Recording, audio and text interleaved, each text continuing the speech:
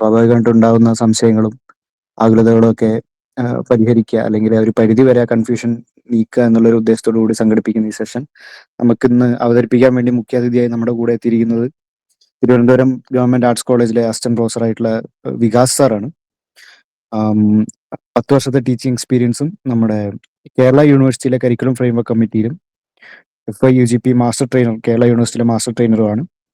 അപ്പോൾ കേരള യൂണിവേഴ്സിറ്റിയിലെ board of studies member കൂടിയാണ്. അപ്പോൾ നിലവിൽ എല്ലാ യൂണിവേഴ്സിറ്റികളിലും 4 വർഷ ബിരുദത്തിലെ എല്ലാ പ്രോഗ്രാമിൻ്റെയും 4 വർഷ ബിരുദത്തിൻ്റെ സിലബസ് പുരോഗമിച്ചുകൊണ്ടിരിക്കുന്ന ഒരു സ്റ്റേജാണ്. അപ്പോൾ നിലവിൽ അതിൻ്റെ കമ്മിറ്റിയിൽ നേരിട്ടുണ്ടായിരുന്ന ഒരു ഫാക്കൽറ്റി എന്ന നിലയിൽ നമുക്കുണ്ടാവാവുന്ന കൺസേൺസും നമുക്കുണ്ടാവാവുന്ന സംശയങ്ങളും ദൂരീകരിക്കാൻ ഏറ്റവും അനുയോജ്യമായ വ്യക്തിയെ തന്നെയാണ് നമുക്കിവിടെ സെഷൻ ഹാൻഡിൽ ചെയ്യാൻ വേണ്ടി കിട്ടിയിരിക്കുന്നതെന്നാണ് മനസ്സിലാക്കേണ്ടത്. അപ്പോൾ വികാസ് സാറിന് എത്രയും സ്നേഹത്തോടെ ഈ സെഷനിലേക്ക് സ്വാഗതം ചെയ്യാണ്.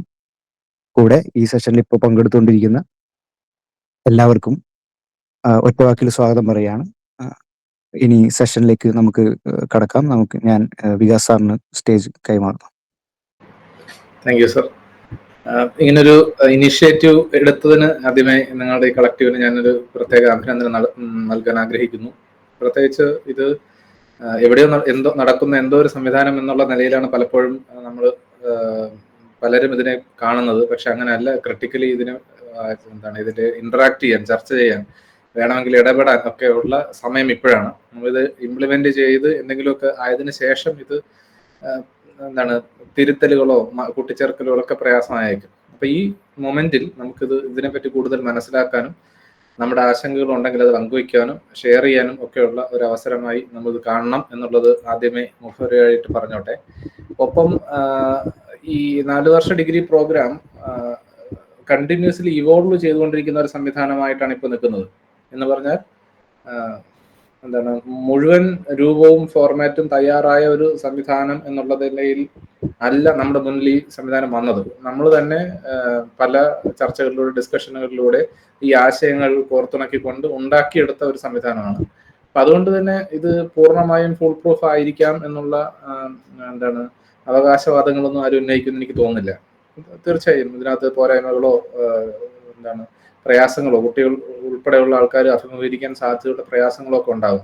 അപ്പൊ അതുകൊണ്ടാണ് ഞാൻ ഈ പറഞ്ഞത്, അക്കാഡമിക് കമ്മ്യൂണിറ്റിയിലുള്ള ആൾക്കാരെന്നുള്ള നിലയിൽ നമുക്ക് ഈ തുടക്ക സമയത്ത് തന്നെ അത്തരം ആശങ്കകൾ നമ്മുടെ മുന്നിൽ വരുന്നത് കാണുവാണെങ്കിൽ, അത് ഷെയർ ചെയ്യുവാണെങ്കിൽ തീർച്ചയായും ഒരു തിരുത്തലോടുകൂടി കുറെ കൂടെ നന്നായി ഇത് നടപ്പിലാക്കിയെടുക്കാൻ കഴിയും എന്നാണ് ഞാൻ വിചാരിക്കുന്നത്. അപ്പോൾ ഞാനൊരു ചെറിയ പ്രസന്റേഷൻ തയ്യാറാക്കിയിട്ടുണ്ട്. അപ്പൊ അതൊന്ന് പ്രസന്റ് ചെയ്യാമെന്ന് വിചാരിക്കുന്നു. ബേസിക്കലി ഞാൻ ഉദ്ദേശിച്ചത് ഇത്രയേ ഉള്ളൂ. നമ്മുടെ കേരള യൂണിവേഴ്സിറ്റിയിൽ ഇതെങ്ങനെ നടപ്പിലാക്കുന്നു എന്നുള്ളതാണ് പറയാൻ ഉദ്ദേശിക്കുന്നത്. കേരളത്തിലെ എല്ലാ യൂണിവേഴ്സിറ്റികളും ഏകദേശം ഒരേ സ്ട്രക്ചറിൽ തന്നെയാണ് മുന്നോട്ട് പോകുന്നത്. വളരെ ചെറിയ ചില വ്യത്യാസങ്ങളാണ് ഉള്ളത് യൂണിവേഴ്സിറ്റികളിൽ.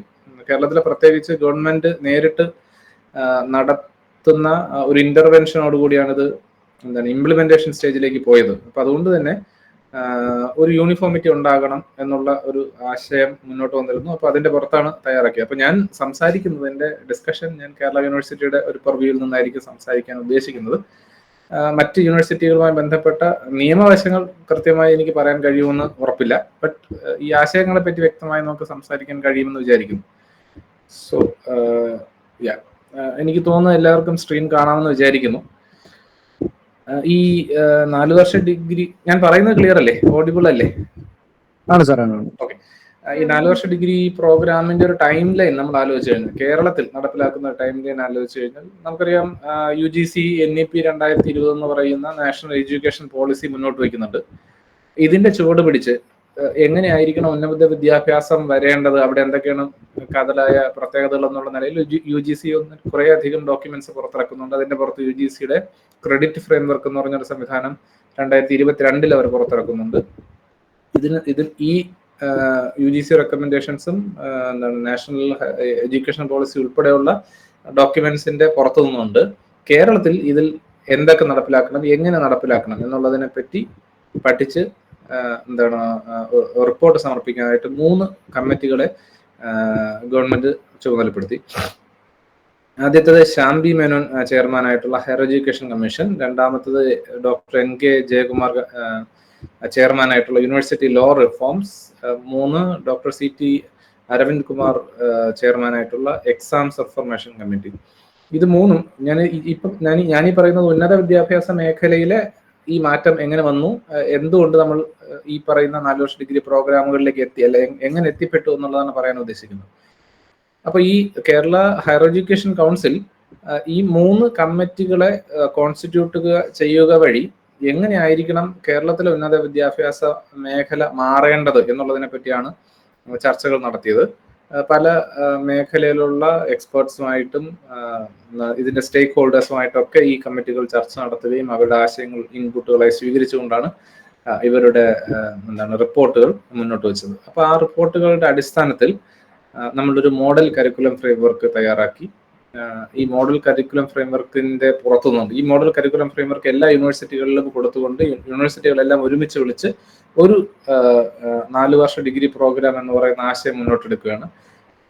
ഈ ആശയത്തിൽ നിന്നുകൊണ്ടാണ് യൂണിവേഴ്സിറ്റികൾ അവരുടെ റെഗുലേഷൻസ് തയ്യാറാക്കിയത്. നിലവിലെ സംവിധാനം അനുസരിച്ച് കേരളത്തിലെ ഡിഗ്രി ഓഫർ ചെയ്യുന്ന, നേരത്തെ നമ്മൾ 3 വർഷ ഡിഗ്രി ആയിരുന്നു, ഈ 3 വർഷ ഡിഗ്രി ഓഫർ ചെയ്തിരുന്ന എല്ലാ കോളേജുകളും അല്ലെങ്കിൽ എല്ലാ യൂണിവേഴ്സിറ്റികളും 4 വർഷ ഡിഗ്രി പ്രോഗ്രാമിലേക്ക് മാറുകയാണ്. ഈ വർഷം മുതൽ കേരളത്തിൽ 4 വർഷ ഡിഗ്രി പ്രോഗ്രാമുകൾ മാത്രമേ ഉള്ളൂ.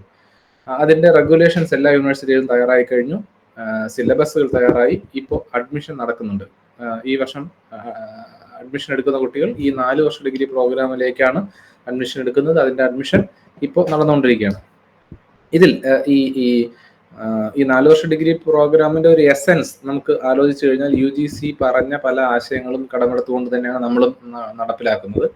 UGC പറഞ്ഞ എല്ലാ ആശയങ്ങളും അങ്ങനെ തന്നെ എടുക്കുന്നില്ല, അതിലെ കണ്ടന്റ് അല്ലെങ്കിൽ എസെൻസ് ഉൾക്കൊണ്ടുകൊണ്ട്, അതിന്റെ ഒരു ആശയം, അതിന്റെ സാങ്കേതികത്വം ഉൾക്കൊണ്ടുകൊണ്ട് അതിൽ ചെറിയ മോഡിഫിക്കേഷൻസ് വരുത്തിയാണ് കേരളത്തിൽ ഇത് ഇംപ്ലിമെന്റ്. ഞാൻ നേരത്തെ പറഞ്ഞതുപോലെ ഈ കമ്മിറ്റികളുടെ റെക്കമെൻഡേഷൻസ് കൂടെ ചേർത്തുകൊണ്ടാണ് കേരളത്തിൽ ഈ ഇംപ്ലിമെന്റേഷൻ നടത്തിയത്. പ്രധാനമായ ആശയങ്ങൾ നോക്കിക്കഴിഞ്ഞാൽ ഈ നാഷണൽ ക്രെഡിറ്റ് ഫ്രെയിംവർക്ക് എന്ന് പറഞ്ഞ UGC മുന്നോട്ട് വെച്ച ഡോക്യുമെന്റിനകത്തുള്ള പ്രധാന ആശയങ്ങളൊന്ന് പറഞ്ഞു കഴിഞ്ഞാൽ, ഒന്ന്,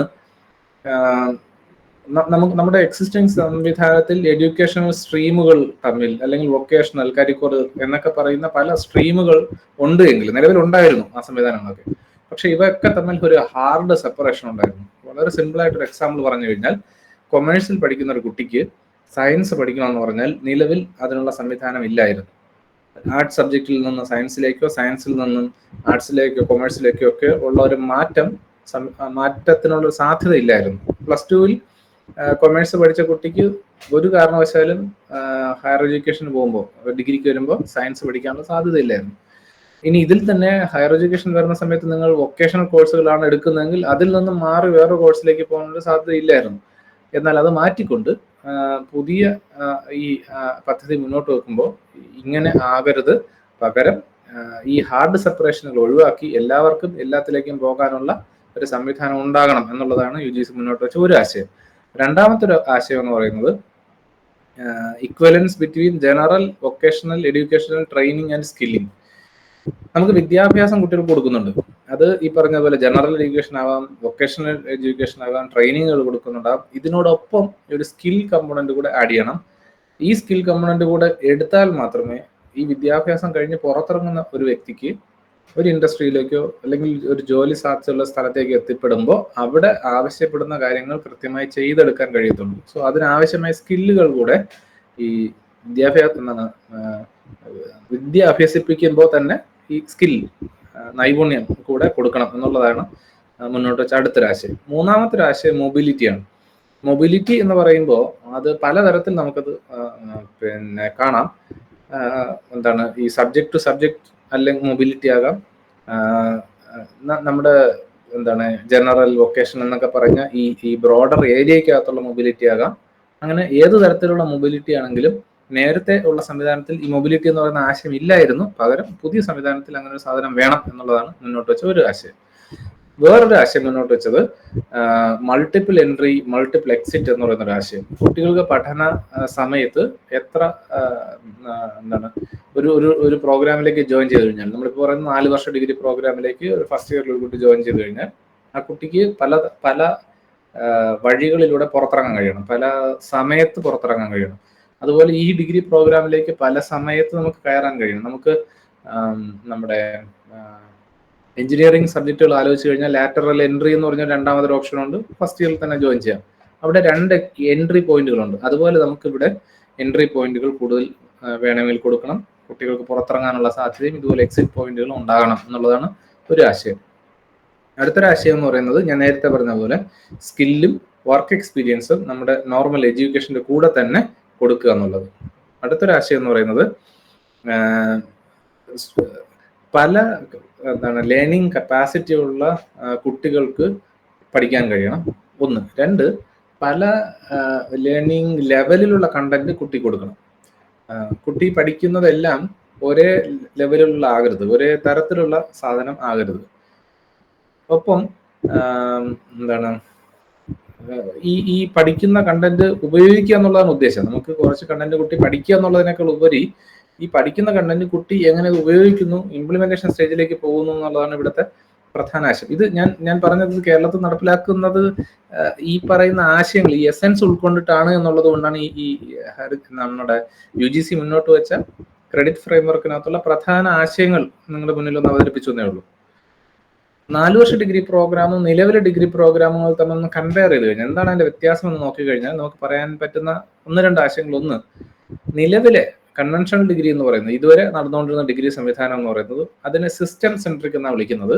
എന്താണ് സിസ്റ്റം സെൻട്രിക് എന്ന് ചോദിച്ചു കഴിഞ്ഞാൽ, ഒരു വിദ്യാർത്ഥി പഠിക്കുവാനായി ഒരു കോഴ്സിലേക്ക് ജോയിൻ ചെയ്തു കഴിഞ്ഞാൽ ആ കുട്ടി ഏതൊക്കെ പേപ്പറുകൾ പഠിക്കണം, ഏത് സെമസ്റ്ററിൽ ഏതൊക്കെ പേപ്പറുകൾ പഠിക്കണം എന്നുള്ളത് ഓൾറെഡി സിസ്റ്റം ഡിഫൈൻ ചെയ്തിട്ടുണ്ട്. നമ്മുടെ ടീച്ചേഴ്സും അക്കാഡമിഷ്യൻസും ഒക്കെ ചേർന്ന് ഒരു പ്രീ ഡിഫൈൻഡ് പാറ്റേൺ ഉണ്ടാവും. ആ പേപ്പറുകൾ മാത്രമേ കുട്ടിക്ക് പഠിക്കാൻ കഴിയുള്ളൂ, ആ വഴികളിലൂടെ മാത്രമേ കുട്ടിക്ക് മുന്നോട്ട് പോകാൻ കഴിയത്തുള്ളൂ. ഒരു സിമ്പിൾ എക്സാമ്പിൾ പറഞ്ഞു കഴിഞ്ഞാൽ, ഇപ്പോൾ ഞാൻ ഫിസിക്സ് സബ്ജക്റ്റ് ആണ് പഠിപ്പിക്കുന്നത്. സോ ഫിസിക്സിൽ ജോയിൻ ചെയ്യുന്ന ഒരു കുട്ടിയെ സംബന്ധിച്ചിടത്തോളം മാത്തമെറ്റിക്സ്, കെമിസ്ട്രി സബ് പേപ്പറുകളാണ് എന്നുള്ളത് ഓൾറെഡി ഫിക്സ് ചെയ്തിട്ടുണ്ടെങ്കിൽ, എൻ്റെ കോളേജിൽ അതാണ് സബ്ജക്റ്റ് എന്ന് ഫിക്സ് ചെയ്തിട്ടുണ്ടെങ്കിൽ, എൻ്റെ കോളേജിൽ ജോയിൻ ചെയ്യുന്ന കുട്ടിക്ക് ഈ സബ്ജക്റ്റ് അല്ലാതെ വേറെ സബ്ജക്റ്റ് എടുക്കാൻ സാധ്യതയില്ല. അത് സിസ്റ്റം സെൻട്രിക് ആണ്. എന്നാൽ പുതിയ സംവിധാനത്തിൽ അത് ഫ്ലെക്സിബിളായി സ്റ്റുഡൻറ് സെൻട്രിക് ആയി മാറുകയാണ്. കുട്ടിയാണ് തീരുമാനിക്കുന്നത് ഏതൊക്കെ പേപ്പർ പഠിക്കണം, അയാളുടെ അഭിരുചി അനുസരിച്ച് അയാൾക്ക് ഇഷ്ടമുള്ള രീതിയിൽ പഠിക്കാൻ കഴിയണം. ഈ സിസ്റ്റം സെൻട്രിക്കിനകത്ത് തന്നെയുള്ള അടുത്തൊരു പ്രയാസം, ഓരോ സെമസ്റ്ററുകളിൽ പല പേപ്പറുകളുണ്ട്, പല പേപ്പറുകൾ പല രീതികളിൽ സിസ്റ്റം അറേഞ്ച് ചെയ്തിട്ടുണ്ട്. അതുകൊണ്ട് തന്നെ ഈ കുട്ടി പഠിച്ചു പോകുന്നത് ഒരു പർട്ടിക്കുലർ വഴിയിലൂടെയാണ്. അതിനെ നമ്മൾ പാത്വേ എന്ന് പറയും. കുറച്ചുകൂടെ അങ്ങോട്ടുള്ള സ്ലൈഡുകളിൽ പാത്വേ നമ്മൾ കുറച്ചുകൂടി ഡീറ്റെയിൽ ആയി പറയുന്നുണ്ട്. എന്നാൽ പുതിയ സംവിധാനത്തിൽ കുട്ടിക്ക് ഈ പാത്വേ ചൂസ് ചെയ്യാൻ കഴിയും. ഏതൊക്കെയാണ് പേപ്പറുകൾ എന്നുള്ളത് കുട്ടി ചൂസ് ചെയ്യുന്നു, ഏത് വഴിയിലൂടെയാണ് പോകുന്നത് എന്നുള്ളത് കുട്ടി ചൂസ് ചെയ്യുന്നു, ഡിഗ്രി അവാർഡ് ചെയ്യുന്നത് എങ്ങനെയാണെന്നും കുട്ടിയാണ് തീരുമാനിക്കുന്നത്, ഏത് തരം ഡിഗ്രി വേണമെന്നുള്ളത്. അപ്പൊ അതുകൊണ്ട് തന്നെ നിലവിലെ സംവിധാനത്തിൽ ഒരിക്കൽ കുട്ടി ജോയിൻ ചെയ്ത് കഴിഞ്ഞാൽ, ഒരു കോഴ്സിൽ ജോയിൻ ചെയ്ത് കഴിഞ്ഞാൽ പിന്നെ അതിന് ചേഞ്ച് ചെയ്യാനുള്ള സംവിധാനമില്ല. കുട്ടി പുറത്തിറങ്ങുന്നത് ആ ഡിഗ്രി ഹോൾഡർ ആയിട്ടായിരിക്കും, വേറൊരു ഡിഗ്രി എടുക്കാനുള്ള സംവിധാനമില്ല. എന്നാൽ പുതിയ സംവിധാനത്തിൽ കുട്ടിക്ക് മേജറും മൈനറും ഒക്കെ സ്വിച്ച് ചെയ്യാൻ, ചേഞ്ച് ചെയ്യാനുള്ളൊരു സാധ്യതയുണ്ട് 2 സെമസ്റ്റർ കഴിയുമ്പോൾ. അപ്പൊ അതുകൊണ്ട് തന്നെ ഒരു പ്രത്യേകത എന്ന് പറയുന്നത്, ഇപ്പോൾ കൊമേഴ്സിൽ ജോയിൻ ചെയ്യുന്ന കുട്ടിക്ക് വേണമെങ്കിൽ കെമിസ്ട്രിയിൽ ഡിഗ്രി എടുത്ത് പുറത്തിറങ്ങാം, അതല്ലെങ്കിൽ മ്യൂസിക്കിൽ ഡിഗ്രി എടുത്ത് പുറത്തിറങ്ങാം. സോ ഇങ്ങനൊരു സാധ്യത നമ്മുടെ മുന്നിൽ തെളിഞ്ഞു വരുന്നുണ്ട്. രണ്ടാമത്തെ ഒരു വേറൊരു പ്രത്യേകത, നിലവിലെ ഡിഗ്രി പ്രോഗ്രാമിനകത്താണെങ്കിൽ എൻട്രി ഫസ്റ്റ് ഇയറിലുണ്ടെങ്കിൽ എക്സിറ്റ് അവസാനത്തെ വർഷം മാത്രം, ഒറ്റ എക്സിറ്റ് പോയിന്റേ ഉള്ളൂ. എന്നാൽ പുതിയ സംവിധാനത്തിൽ അങ്ങനെയല്ല, മൾട്ടിപ്പിൾ എക്സിറ്റ് പോയിന്റ് വേണം. ഞാൻ തൊട്ട് മുന്നേ സൂചിപ്പിച്ചായിരുന്നു, എക്സിറ്റ് പോയിന്റുകൾ കൂടുതൽ വേണം. ഒപ്പം നിലവിലെ കോഴ്സ് സ്ട്രക്ചറിനകത്ത് ഓൺലൈൻ കോഴ്സുകൾ കുട്ടിയുടെ ഇൻട്രസ്റ്റ് അനുസരിച്ച് കുട്ടി പഠിക്കാമെങ്കിലും അത് അയാളുടെ ഡിഗ്രി അവാർഡ് ചെയ്യാനായി കുട്ടിക്ക് ഉപയോഗിക്കാനായിട്ട് കഴിഞ്ഞിരുന്നില്ല. എന്നാൽ പുതിയ സംവിധാനത്തിൽ അത് കുട്ടിക്ക് ഉപയോഗിക്കാൻ കഴിയും. അത് കഴിയുന്ന തരത്തിലാണ് പാറ്റേൺ നിശ്ചയിച്ചിരിക്കുന്നത്. ഇത് കൂടാതെ കുട്ടി ഈ പഠിക്കുന്നതിനോടൊപ്പം ഇന്റേൺഷിപ്പ്, സ്കിൽ, വാല്യൂ എന്ന് പറയുന്ന കോഴ്സുകളൊക്കെ പഠിക്കാനുള്ള അവസരം കൂടെ ഇതിനകത്ത് അഡീഷണലി കൊടുക്കുന്നുണ്ട്. അപ്പൊ ഇത് പ്രധാനമായും ഞാൻ കണ്ട കുറച്ച് വ്യത്യാസങ്ങൾ പറഞ്ഞു എന്ന് മാത്രം. ഇപ്പോൾ ഞാൻ നേരത്തെ സൂചിപ്പിച്ചതുപോലെ ഇപ്പൊ അഡ്മിഷൻ നടക്കുവാണ്. ഈ അഡ്മിഷൻ പ്രോസസ്സിനെ പറ്റി സംസാരിക്കുമ്പോൾ നിലവിലെ ഏതൊക്കെ കോളേജുകൾ എന്തൊക്കെ കോഴ്സുകളാണോ ഓഫർ ചെയ്യുന്നത് ആ കോഴ്സുകളെ 4 വർഷ കോഴ്സുകളാക്കി മാറ്റിക്കൊണ്ട് അതേ കോഴ്സുകളിലേക്ക് തന്നെയാണ്, ആ പ്രോഗ്രാമുകളിലേക്ക് തന്നെയാണ് കുട്ടികൾ അഡ്മിഷൻ എടുക്കുന്നത്. അഡ്മിഷൻ ഇപ്പോൾ നടത്തുന്നത് ഇൻഡെക്സ് മാർക്ക് എന്ന് പറയുന്ന ഒരു സംവിധാനം ഉപയോഗിച്ചാണ് അലോട്ട്മെന്റ് നടക്കുന്നത്. ആ പ്രോസസ്സ് തന്നെയാണ് മുന്നോട്ട് കൊണ്ടുപോകുന്നത്. അടുത്ത വർഷങ്ങളിൽ ഇതിൽ വ്യത്യാസം ഉണ്ടാകുമെന്നാണ് പ്രതീക്ഷിക്കുന്നത്. കെയർഇപ് എന്ന് പറയുന്ന ഹയർ എഡ്യൂക്കേഷൻ കൗൺസിലിന്റെ പുതിയൊരു സോഫ്റ്റ്വെയർ സംവിധാനം ഉണ്ടാകും. എല്ലാ യൂണിവേഴ്സിറ്റികളിലും ഒരുമിച്ചായിരിക്കും അത് വരിക. അതുകൊണ്ട് തന്നെ എല്ലാ യൂണിവേഴ്സിറ്റികളിലും ഒരേ തരത്തിലായിരിക്കും ഈ അഡ്മിഷൻ പ്രോസസ്സ് നടക്കുക എന്നാണ് വിചാരിക്കുന്നത്. നിലവിലെ ഒരു സംവിധാനം കൂടെ പറഞ്ഞാൽ, ഈ സ്ട്രക്ചർ യൂണിഫോം ആക്കാനായി യൂണിവേഴ്സിറ്റികൾ തമ്മിൽ ഒരു കോർഡിനേഷൻ ഉണ്ടാകണമെന്ന് ഗവൺമെന്റ് പറഞ്ഞതുപോലെ ഗവൺമെന്റ് തന്നെ ഒരു ഏകീകൃത കലണ്ടർ ഇറക്കിയിട്ടുണ്ട്. എപ്പോൾ അഡ്മിഷൻ സ്റ്റാർട്ട് ചെയ്യണം, എപ്പോൾ ക്ലോസ് ചെയ്യണം, എപ്പോൾ ക്ലാസ് തുടങ്ങുന്നു, ഫസ്റ്റ് സെമസ്റ്റർ പരീക്ഷ എപ്പോഴായിരിക്കും, റിസൾട്ട് എപ്പോഴാണ്, സെക്കൻഡ് സെമസ്റ്റർ എപ്പോൾ തുടങ്ങും എന്ന് തുടങ്ങി ഒരു യൂണിഫോം കലണ്ടർ ഗവൺമെന്റ് മുന്നോട്ട് വെച്ചിട്ടുണ്ട്. ആ കലണ്ടറിന്റെ അടിസ്ഥാനത്തിലായിരിക്കും എല്ലാ യൂണിവേഴ്സിറ്റികളും ഈ പരിപാടി നടപ്പിലാക്കുന്നത്. അപ്പൊ അതുകൊണ്ട് തന്നെ ഒരേ സമയത്ത് തന്നെയായിരിക്കും കോഴ്സുകൾ സ്റ്റാർട്ട് ചെയ്യുന്നതും പരീക്ഷയുടെ റിസൾട്ട് വരുന്നതൊക്കെ. അപ്പൊ അതൊരു വ്യത്യാസമായി കാണുന്നു. പിന്നെ വേറൊരു പ്രധാന എടുത്തു വരേണ്ട ഒരു വ്യത്യാസം, ഈ പഠന സംവിധാനത്തിന് ഏജ് ലിമിറ്റ് ഇല്ല എന്നുള്ളതാണ്. നിലവിൽ കേരള യൂണിവേഴ്സിറ്റിയുടെ കേസ് പറഞ്ഞാൽ ഫസ്റ്റ് ഇയർ അഡ്മിഷൻ നടക്കുന്ന കുട്ടികളുടെ ഏജ് 23 വയസ്സിന് മുകളിലായാൽ ഡിഗ്രി അഡ്മിഷൻ എടുക്കാൻ കഴിയുമായിരുന്നില്ല. എന്നാൽ പുതിയ സംവിധാനം അനുസരിച്ച് ഏജ് ലിമിറ്റ് ഇല്ല, ഏത് പ്രായത്തിലുള്ള ആൾക്കും ഡിഗ്രി പഠിക്കാനായിട്ട് പറ്റും. ഇത് പറയുമ്പോൾ ഒന്ന് രണ്ട് വാക്കുകൾ നമ്മൾ ഈ 4 വർഷ ഡിഗ്രി സംവിധാനവുമായി ബന്ധപ്പെട്ട് കുറച്ചധികം വാക്കുകൾക്ക് ഒന്ന് പരിചയപ്പെടേണ്ടതുണ്ട്. അതിൽ ആദ്യത്തെ 2 വാക്കുകൾ പ്രോഗ്രാം എന്നും കോഴ്സ് എന്നതുമാണ്. പ്രോഗ്രാം എന്നതുകൊണ്ട് ഉദ്ദേശിക്കുന്നത് നിങ്ങൾ ജോയിൻ ചെയ്ത ഡിഗ്രി ഏതാണോ അതിനാണ് പ്രോഗ്രാം എന്ന് ഉദ്ദേശിക്കുന്നത്. നിങ്ങൾ BA എക്കണോമിക്സ് ആണോ, അല്ലെങ്കിൽ BCOമിനാണോ ജോയിൻ ചെയ്തത്, BSc ഫിസിക്സിനാണോ ജോയിൻ ചെയ്തത് എന്ന് പറയുന്ന ആ ടേമിനാണ് നമ്മൾ പ്രോഗ്രാം എന്നതുകൊണ്ട് ഉദ്ദേശിക്കുന്നത്. ഒപ്പം ഇതിനകത്ത് കോഴ്സസ് എന്ന് പറയുന്ന പേരുകൾ കേൾക്കും. കോഴ്സ് എന്നതുകൊണ്ട് ഉദ്ദേശിക്കുന്നത് നിങ്ങൾ ഓരോ സെമസ്റ്ററിലും പഠിക്കുന്ന പേപ്പറുകളാണ്, വിവിധ പേപ്പറുകളാണ്. ഓരോ പേപ്പറിനെയാണ് ഓരോ കോഴ്സ് എന്നതുകൊണ്ട് ഉദ്ദേശിക്കുന്നത്. ഒപ്പം നമ്മൾ അടുത്ത് കേൾക്കുന്ന സംവിധാനം ക്രെഡിറ്റും സെമസ്റ്ററുമാണ്. നിലവിൽ കേരള യൂണിവേഴ്സിറ്റി അല്ലെങ്കിൽ കേരളത്തിലെ യൂണിവേഴ്സിറ്റികൾ നടപ്പിലാക്കുന്ന ഈ സംവിധാനം ഒരു ക്രെഡിറ്റ് സെമസ്റ്റർ സംവിധാനമാണ്. എന്താണ് സെമസ്റ്റർ, എന്താണ് ക്രെഡിറ്റ് എന്നുള്ളത് കൃത്യമായൊരു നിർവചനം ഇവിടെ കൊടുത്തിട്ടുണ്ട്. ഇതിന് തൊട്ടു മുന്നേയും ഇത് ക്രെഡിറ്റ് സെമസ്റ്റർ ആയിരുന്നു നടപ്പിലാക്കിയിരുന്നു എങ്കിലും ഇത്ര വ്യക്തമായി ഡിഫൈൻ ചെയ്ത് അല്ലെങ്കിൽ ഇത് എന്താണ് ഇൻസിസ്റ്റ് ചെയ്തുകൊണ്ടായിരുന്നില്ല ഈ സംവിധാനം നടപ്പിലാക്കിയിരുന്നത്. എന്നാൽ ഇനി അങ്ങനെയല്ല. ഒരു സെമസ്റ്റർ എന്ന് പറയുന്നത് 90 വർക്കിംഗ് ഡേ ആയിട്ടാണ് കണക്കിലാക്കുന്നത്. എന്ന് പറഞ്ഞാൽ ഒരു വർഷത്തിലെ 360 ദിവസത്തിലെ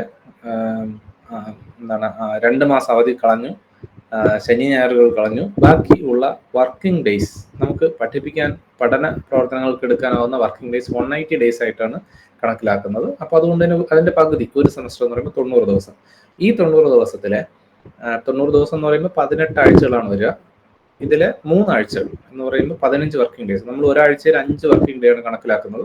സോ ആദ്യത്തെ 15 വീക്സ് പഠന പ്രവർത്തനങ്ങൾക്കും അവസാനത്തെ 3 വീക്സ് പരീക്ഷാ പ്രവർത്തനങ്ങൾക്കും എന്നുള്ള നിലയിലാണ് മാറ്റുന്നത്. അപ്പൊ അതുകൊണ്ട് തന്നെ പഠന പ്രവർത്തനങ്ങൾക്ക് 15 ആഴ്ചകളായിരിക്കും കിട്ടുന്നത്. അതുകൊണ്ട് തന്നെ ക്രെഡിറ്റ് എന്ന് പറയുന്ന സംവിധാനം ഡിഫൈൻ ചെയ്യുമ്പോൾ ക്രെഡിറ്റ് എടുത്തിരിക്കുന്നത് ഒരാഴ്ചയിൽ 1 മണിക്കൂർ പഠിച്ചുകൊണ്ട് ഒരു സെമസ്റ്ററിൽ നിങ്ങൾക്ക് പഠിക്കാൻ പറ്റുന്ന ആകെ കണ്ടന്റ് എത്രയാണോ അതിനാണ് 1 ക്രെഡിറ്റ് എന്നുകൊണ്ട് ഉദ്ദേശിക്കുന്നത്. എന്ന് പറഞ്ഞാൽ ഒരാഴ്ചയിൽ 1 അവർ പഠിക്കുമ്പോൾ, തിയറി പഠിക്കുമ്പോൾ നിങ്ങൾക്ക് കിട്ടുന്ന കണ്ടന്റ് അങ്ങനെ 15 ആഴ്ച ചേരുമ്പോൾ 15 മണിക്കൂർ. 15 മണിക്കൂർ നിങ്ങൾക്ക് തിയറി പഠിക്കുമ്പോൾ കിട്ടുന്ന കണ്ടന്റിനെയാണ് 1 ക്രെഡിറ്റ് എന്നതുകൊണ്ട് ഉദ്ദേശിക്കുന്നത്. പ്രാക്ടിക്കൽ വരുവാണെങ്കിൽ 2 പ്രാക്ടിക്കൽ അവർ ചേരുമ്പോഴേ 1 ക്രെഡിറ്റ് തുല്യമാവുള്ളൂ. എന്ന് പറയുമ്പോൾ 30 മണിക്കൂർ പഠിക്കുമ്പോഴായിരിക്കും നിങ്ങൾക്ക് 1 ക്രെഡിറ്റ് കിട്ടുക. നമുക്ക് നിലവിൽ 3 ക്രെഡിറ്റിന്റെയും 4 ക്രെഡിറ്റിന്റെയും കോഴ്സുകളാണ് ഉള്ളത്. ക്രെഡിറ്റിന്റെ ഒരു പ്രത്യേകത പറയുന്നത്, നമ്മൾ പഠിക്കുന്ന ഒരു പേപ്പർ പഠിച്ചു കഴിയുമ്പോൾ നമ്മൾ സാധാരണഗതിയിൽ അല്ലെങ്കിൽ നിലവിൽ ഇതുവരെയുള്ള സംവിധാനത്തിൽ നമ്മൾ മാർക്ക് എടുക്കുകയാണ് ഒരു കുട്ടിയുടെ ഉദ്ദേശം. എന്നാൽ പുതിയ സംവിധാനത്തിൽ അങ്ങനെയല്ല. കുട്ടിയുടെ പ്രധാന ഉദ്ദേശം ആ പേപ്പർ പഠിച്ചുകൊണ്ട് കുട്ടിക്ക് ക്രെഡിറ്റ് ഏൺ ചെയ്യുക എന്നുള്ളതാണ്. എന്തിനാണ് ക്രെഡിറ്റ് ഏൺ ചെയ്യുക എന്ന് ചോദിച്ചു കഴിഞ്ഞാൽ, നിശ്ചിത ക്രെഡിറ്റ് കിട്ടിയാൽ മാത്രമേ കുട്ടിക്ക് ഡിഗ്രി അവാർഡ് ചെയ്യുള്ളൂ. പേപ്പറിന്റെ മാർക്ക് നോക്കിയല്ല കുട്ടിക്ക് ഡിഗ്രി അവാർഡ് ചെയ്യുന്നത്, പകരം ക്രെഡിറ്റ് നോക്കിയിട്ടാണ്. എങ്ങനെയാണ് ക്രെഡിറ്റ് കിട്ടുക എന്ന് ചോദിച്ചു കഴിഞ്ഞാൽ, ഇപ്പോൾ ഒരു 4 ക്രെഡിറ്റിന്റെ കോഴ്സ് കുട്ടി ജോയിൻ ചെയ്തു, കുട്ടി പരീക്ഷ എഴുതി പാസ്സാകാൻ 35% മാർക്ക് മതി. പാസ്സായാൽ കുട്ടിക്ക് ആ 4 ക്രെഡിറ്റ് കിട്ടും. എത്ര മാർക്ക് എടുത്താലും കുട്ടിക്ക് ഈ 4 ക്രെഡിറ്റ് തന്നെയാണ് കിട്ടുന്നത്. ഈ ക്രെഡിറ്റുകൾ കൂട്ടി വെച്ചുകൊണ്ട് ഒരു നിശ്ചിത ക്രെഡിറ്റ് ആകുമ്പോഴാണ് കുട്ടിക്ക് ഡിഗ്രി അവാർഡ് ചെയ്യുന്നത്. അങ്ങനെ ഡിഗ്രി അവാർഡ് ചെയ്യാനായിട്ട് 3 വർഷ ഡിഗ്രി 3 വർഷത്തിൽ കുട്ടിക്ക് ഡിഗ്രി അവാർഡ് ചെയ്യാനുള്ള ഒരു ഓപ്ഷൻ ഉണ്ട്, 4 വർഷത്തിൽ ഡിഗ്രി അവാർഡ് ചെയ്യാനുള്ള ഓപ്ഷൻ ഉണ്ട്. ഇവിടെയാണ് നമ്മൾ പറഞ്ഞ എക്സിറ്റ് ഓപ്ഷനുകൾ നിലനിൽക്കുന്നത്. നമ്മൾ ജോയിൻ ചെയ്ത 4 വർഷ ഡിഗ്രി പ്രോഗ്രാമിനാണെങ്കിലും 3-ാം വർഷത്തിൽ കുട്ടിക്ക് വേണമെങ്കിൽ പഠനം നടത്തി പുറത്തിറങ്ങാനുള്ള ഒരു അവസരമുണ്ട്. അവിടെ 3 വർഷത്തിലാണ് കുട്ടി പുറത്തിറങ്ങുന്നതെങ്കിൽ കുട്ടി മിനിമം 3 വർഷം കൊണ്ട് 133 ക്രെഡിറ്റ് എടുത്തിട്ടുണ്ടാവണം. പല പേപ്പറുകളിലൂടെ, ഞാൻ നേരത്തെ പറഞ്ഞ 4 ക്രെഡിറ്റിന്റെയോ 3 ക്രെഡിറ്റിന്റെയോ ഒക്കെ കോഴ്സുകളുണ്ട്. അതിൽ ഓരോ പേപ്പറുകൾ എടുത്തുകൊണ്ട് കുട്ടി മിനിമം 133 ക്രെഡിറ്റ്സ് ഏൺ ചെയ്തിട്ടുണ്ടാവും. ഈ ക്രെഡിറ്റ് കിട്ടിക്കഴിഞ്ഞാൽ ആ ക്രെഡിറ്റ് റിഡീം ചെയ്തുകൊണ്ട് കുട്ടിക്ക് ഡിഗ്രി അവാർഡ് ചെയ്യാം. 4 വർഷ ഡിഗ്രിയാണ് കുട്ടി ആഗ്രഹിക്കുന്നെങ്കിൽ, എന്ന് പറഞ്ഞാൽ 4 വർഷം പഠിച്ചിട്ടാണ് കുട്ടി പുറത്തിറങ്ങുന്നതെങ്കിൽ കുട്ടി 177 ക്രെഡിറ്റ് എടുക്കണം. 3 വർഷം കൊണ്ട് ഇറങ്ങുന്ന കുട്ടിക്ക് കൊടുക്കുന്ന ഡിഗ്രി ബാച്ചിലേഴ്സ് ഡിഗ്രി ആയിരിക്കും.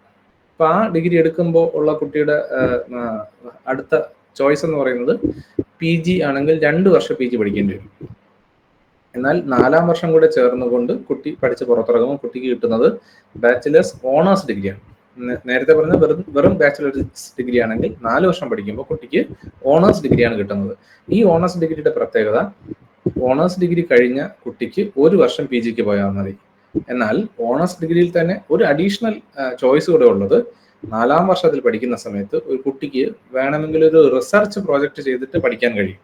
അങ്ങനെ പഠിക്കുന്ന കുട്ടിയെ സംബന്ധിച്ചിടത്തോളം ഓണേഴ്സ് വിത്ത് റിസർച്ച് എന്ന് പറയുന്ന 3-ാമത്തെ ഒരു ഡിഗ്രി സംവിധാനമാണ് കുട്ടിക്ക് കിട്ടുന്നത്. അതിന്റെ പ്രത്യേകത, കുട്ടിക്ക് നേരിട്ട് PhD പ്രോഗ്രാമിലേക്ക് ജോയിൻ ചെയ്യാൻ കഴിയും. 4 വർഷ ഡിഗ്രി കഴിഞ്ഞ് നേരിട്ട് PhD പ്രോഗ്രാമിലേക്ക് പോകാൻ പറ്റും. PG പഠിക്കേണ്ട കാര്യമില്ല. എനിക്ക് തോന്നുന്നു നിലവിൽ UGC നെറ്റ് പരീക്ഷയുടെ എലിജിബിലിറ്റി ആയിട്ട് 4 വർഷ ഡിഗ്രി കൊണ്ടുവന്നു കഴിഞ്ഞു. അപ്പൊ അതുകൊണ്ട് തന്നെ PG പഠിക്കാതെ തന്നെ കുട്ടിക്ക് നെറ്റ് എഴുതുകയും മുന്നോട്ട് PhD ഉൾപ്പെടെയുള്ള പഠന പ്രവർത്തനങ്ങൾക്ക് മുന്നോട്ട് പോകാൻ കഴിയും. അടുത്തൊരു പ്രത്യേകത, ഇത് നമ്മൾ പറഞ്ഞ എക്സിറ്റ് ചോയ്സുകളാണ്. വേറൊരു എക്സിറ്റ് ചോയ്സ് എന്ന് പറയുന്നത്, കുട്ടിക്ക് ഫാസ്റ്റ് ട്രാക്ക് എന്ന് പറയുന്ന ഒരു ഓപ്ഷൻ കൂടെ കൊടുക്കുന്നുണ്ട്. എന്താണ് ഫാസ്റ്റ് ട്രാക്ക് എന്ന് ചോദിച്ചു കഴിഞ്ഞാൽ, സാധാരണഗതിയിൽ നേരത്തെ ഡിഗ്രി സംവിധാനങ്ങളാണെങ്കിൽ നമുക്ക് കുറേ അധികം പേപ്പറുകൾ പഠിക്കാനുണ്ടാവും. അത്രയും പേപ്പറുകൾ പഠിച്ചു കഴിയുമ്പോൾ കുട്ടിക്ക് ഡിഗ്രി പൂർത്തിയാക്കി പുറത്തു പോകാം. എന്നാൽ നിലവിൽ പുതുതായി വന്ന ഈ സംവിധാനം അനുസരിച്ച് ഒരു ഫാസ്റ്റ് ലേണറായ കുട്ടിക്ക് കൂടുതൽ നന്നായി കൂടുതൽ പേപ്പറുകൾ പഠിക്കാനുള്ള ഒരു കഴിവുണ്ട് എങ്കിൽ ഒരു സെമസ്റ്ററിൽ കുട്ടി എടുക്കേണ്ടതിനേക്കാൾ കൂടുതൽ പേപ്പറുകൾ പഠിക്കാൻ കുട്ടിക്ക് കഴിഞ്ഞാൽ, നോർമലി കുട്ടികൾ പഠിക്കുന്നതിനേക്കാൾ കൂടുതൽ 1-2 പേപ്പറുകൾ അഡീഷണൽ പഠിക്കാൻ ആ കുട്ടിക്ക് കഴിയുമെങ്കിൽ, അങ്ങനെ ഒരു ശ്രമം നടത്തി കഴിഞ്ഞാൽ കുട്ടിക്ക് നമ്മൾ നേരത്തെ പറഞ്ഞ 133 ക്രെഡിറ്റോ 177 ക്രെഡിറ്റോ ഒക്കെ നേരത്തെ കിട്ടും, നേരത്തെ ഏൺ ചെയ്യാൻ പറ്റും. അങ്ങനെ പഠിക്കുന്ന ഒരു കുട്ടിയെ സംബന്ധിച്ചിടത്തോളം നേരത്തെ തന്നെ ഡിഗ്രി പൂർത്തിയാക്കാനുള്ള ഒരു സംവിധാനം മുന്നോട്ട് വയ്ക്കുന്നുണ്ട്. അത് N-1 എന്ന് പറയുന്ന സംവിധാനമാണ് വെക്കുന്നത്. എന്ന് പറഞ്ഞാൽ 3 വർഷ ഡിഗ്രിയാണ് കുട്ടി പഠിക്കുന്നതെങ്കിൽ 6 സെമസ്റ്ററാണ് പഠിക്കേണ്ടിയിരുന്നത്. അത് 5 സെമസ്റ്റർ കൊണ്ട് 2.5 വർഷം കൊണ്ട് കുട്ടിക്ക് പൂർത്തിയാക്കാൻ കഴിയും. 3 വർഷം പൂർണ്ണമായും പഠിക്കേണ്ട, 2.5 വർഷം പഠിച്ചിട്ട് കുട്ടി ഡിഗ്രി പൂർത്തിയാക്കി പുറത്തിറങ്ങാം. എന്നാൽ 4 വർഷ ഡിഗ്രി പഠിക്കുന്ന കുട്ടിയെ സംബന്ധിച്ചിടത്തോളം 8 സെമസ്റ്ററാണ് പഠിക്കേണ്ടിയിരുന്നത്. അത് N-1 എന്ന് പറയുമ്പോൾ 7 സെമസ്റ്റർ കൊണ്ട് പഠിച്ച് പൂർത്തിയാക്കാം. 3.5 വർഷം കൊണ്ട് കുട്ടിക്ക് ഡിഗ്രി പൂർത്തിയാക്കാം. നേരത്തെ പറഞ്ഞ അത്രയും നമ്പർ ഓഫ് ക്രെഡിറ്റ്സ് വേണം എന്നുള്ളത് മാത്രം. ഇവിടെ നമ്മൾ പറഞ്ഞത് എക്സിറ്റ് ഓപ്ഷനുകളാണ്. കേരളത്തിൽ ഈ ഡിഗ്രി സംവിധാനം നടപ്പിലാക്കുമ്പോൾ ഉണ്ടാകുന്ന എക്സിറ്റ് ഓപ്ഷനുകളെ പറ്റിയാണ് ഞാൻ ഈ പറഞ്ഞത്. ഒപ്പം നമ്മൾ ഈ പഠിക്കുന്ന കണ്ടന്റുകളുടെ വ്യത്യസ്ത ലെവലുകൾ നമ്മൾ നോക്കേണ്ടതുണ്ട്. ലെവലുകൾ പറയുന്നത് അക്കാഡമിക് ലെവലുകൾ എന്നാണ് ഞാൻ പറയുന്നത്. 0 to 100 എന്ന് പറയുന്ന പ്രധാനമായ 5 ലെവലുകളെ ഈ എന്താണ് കോളേജിലെ UG ഡിഗ്രി സംവിധാനവുമായി ബന്ധപ്പെട്ടുള്ളൂ. അതുകൊണ്ട് ഞാൻ അത് മാത്രമേ പറഞ്ഞുള്ളൂ. അക്കാഡമിക് ലെവലുകൾ ഇതിന് മുകളിലുമുണ്ട്, ഞാൻ അതിനെപ്പറ്റി സംസാരിക്കുന്നില്ല. 0 to 100 എന്ന് പറയുന്നത് പ്രീ റിക്വസിറ്റ് കോഴ്സുകൾ എന്നാണ് എടുത്തിരിക്കുന്നത്. അത് ഉദ്ദേശിക്കുന്നത് ഇത്രയേ ഉള്ളൂ, ഒരു ഡിഗ്രി പഠിക്കാൻ ആവശ്യമായ കാര്യം അല്ലെങ്കിൽ അതിന്റെ ബാക്ക്ഗ്രൗണ്ട് നോളജ് കിട്ടാനായി ഒരു കുട്ടി ഏത് വിഷയമാണ് പഠിക്കേണ്ടത്, ഏത് പേപ്പർ പഠിക്കേണ്ടത്, അതിനെയൊക്കെ പ്രീ റിക്വസിറ്റ് കോഴ്സുകളായിട്ടാണ് പറഞ്ഞിരിക്കുക. ഒരു ഉദാഹരണം പറഞ്ഞാൽ, നമ്മൾ നേരത്തെ പറഞ്ഞ ഒരു എക്സാമ്പിൾ ആലോചിച്ച് കഴിഞ്ഞാൽ, BCom പഠിച്ചൊരു കുട്ടി പ്ലസ് ടുവിൽ കൊമേഴ്സ് പഠിച്ചൊരു കുട്ടി ഡിഗ്രി വരുമ്പോൾ അയാൾക്ക് സയൻസ് പഠിക്കണം, അയാൾക്ക് ബയോളജി പഠിക്കണം എന്ന് വിചാരിച്ചോട്ടെ, ബോട്ടണി എന്ന് പറയുന്നൊരു കോഴ്സ് പഠിക്കണം. സോ കൊമേഴ്സ് ആണ് അയാൾ പ്ലസ് 2 പഠിച്ചിരുന്നത് കൊണ്ട് തന്നെ സയൻസിന്റെ ബേസിക്സ് അറിയുന്നുണ്ടാവില്ല. അപ്പൊ കുട്ടി പഠിച്ചിട്ടില്ല. അപ്പൊ ആ ബേസിക്കുകൾ കിട്ടാനായി കുട്ടി പഠിക്കുന്ന കോഴ്സാണ് ഈ പ്രീ റിക്വസിറ്റ് കോഴ്സുകൾ.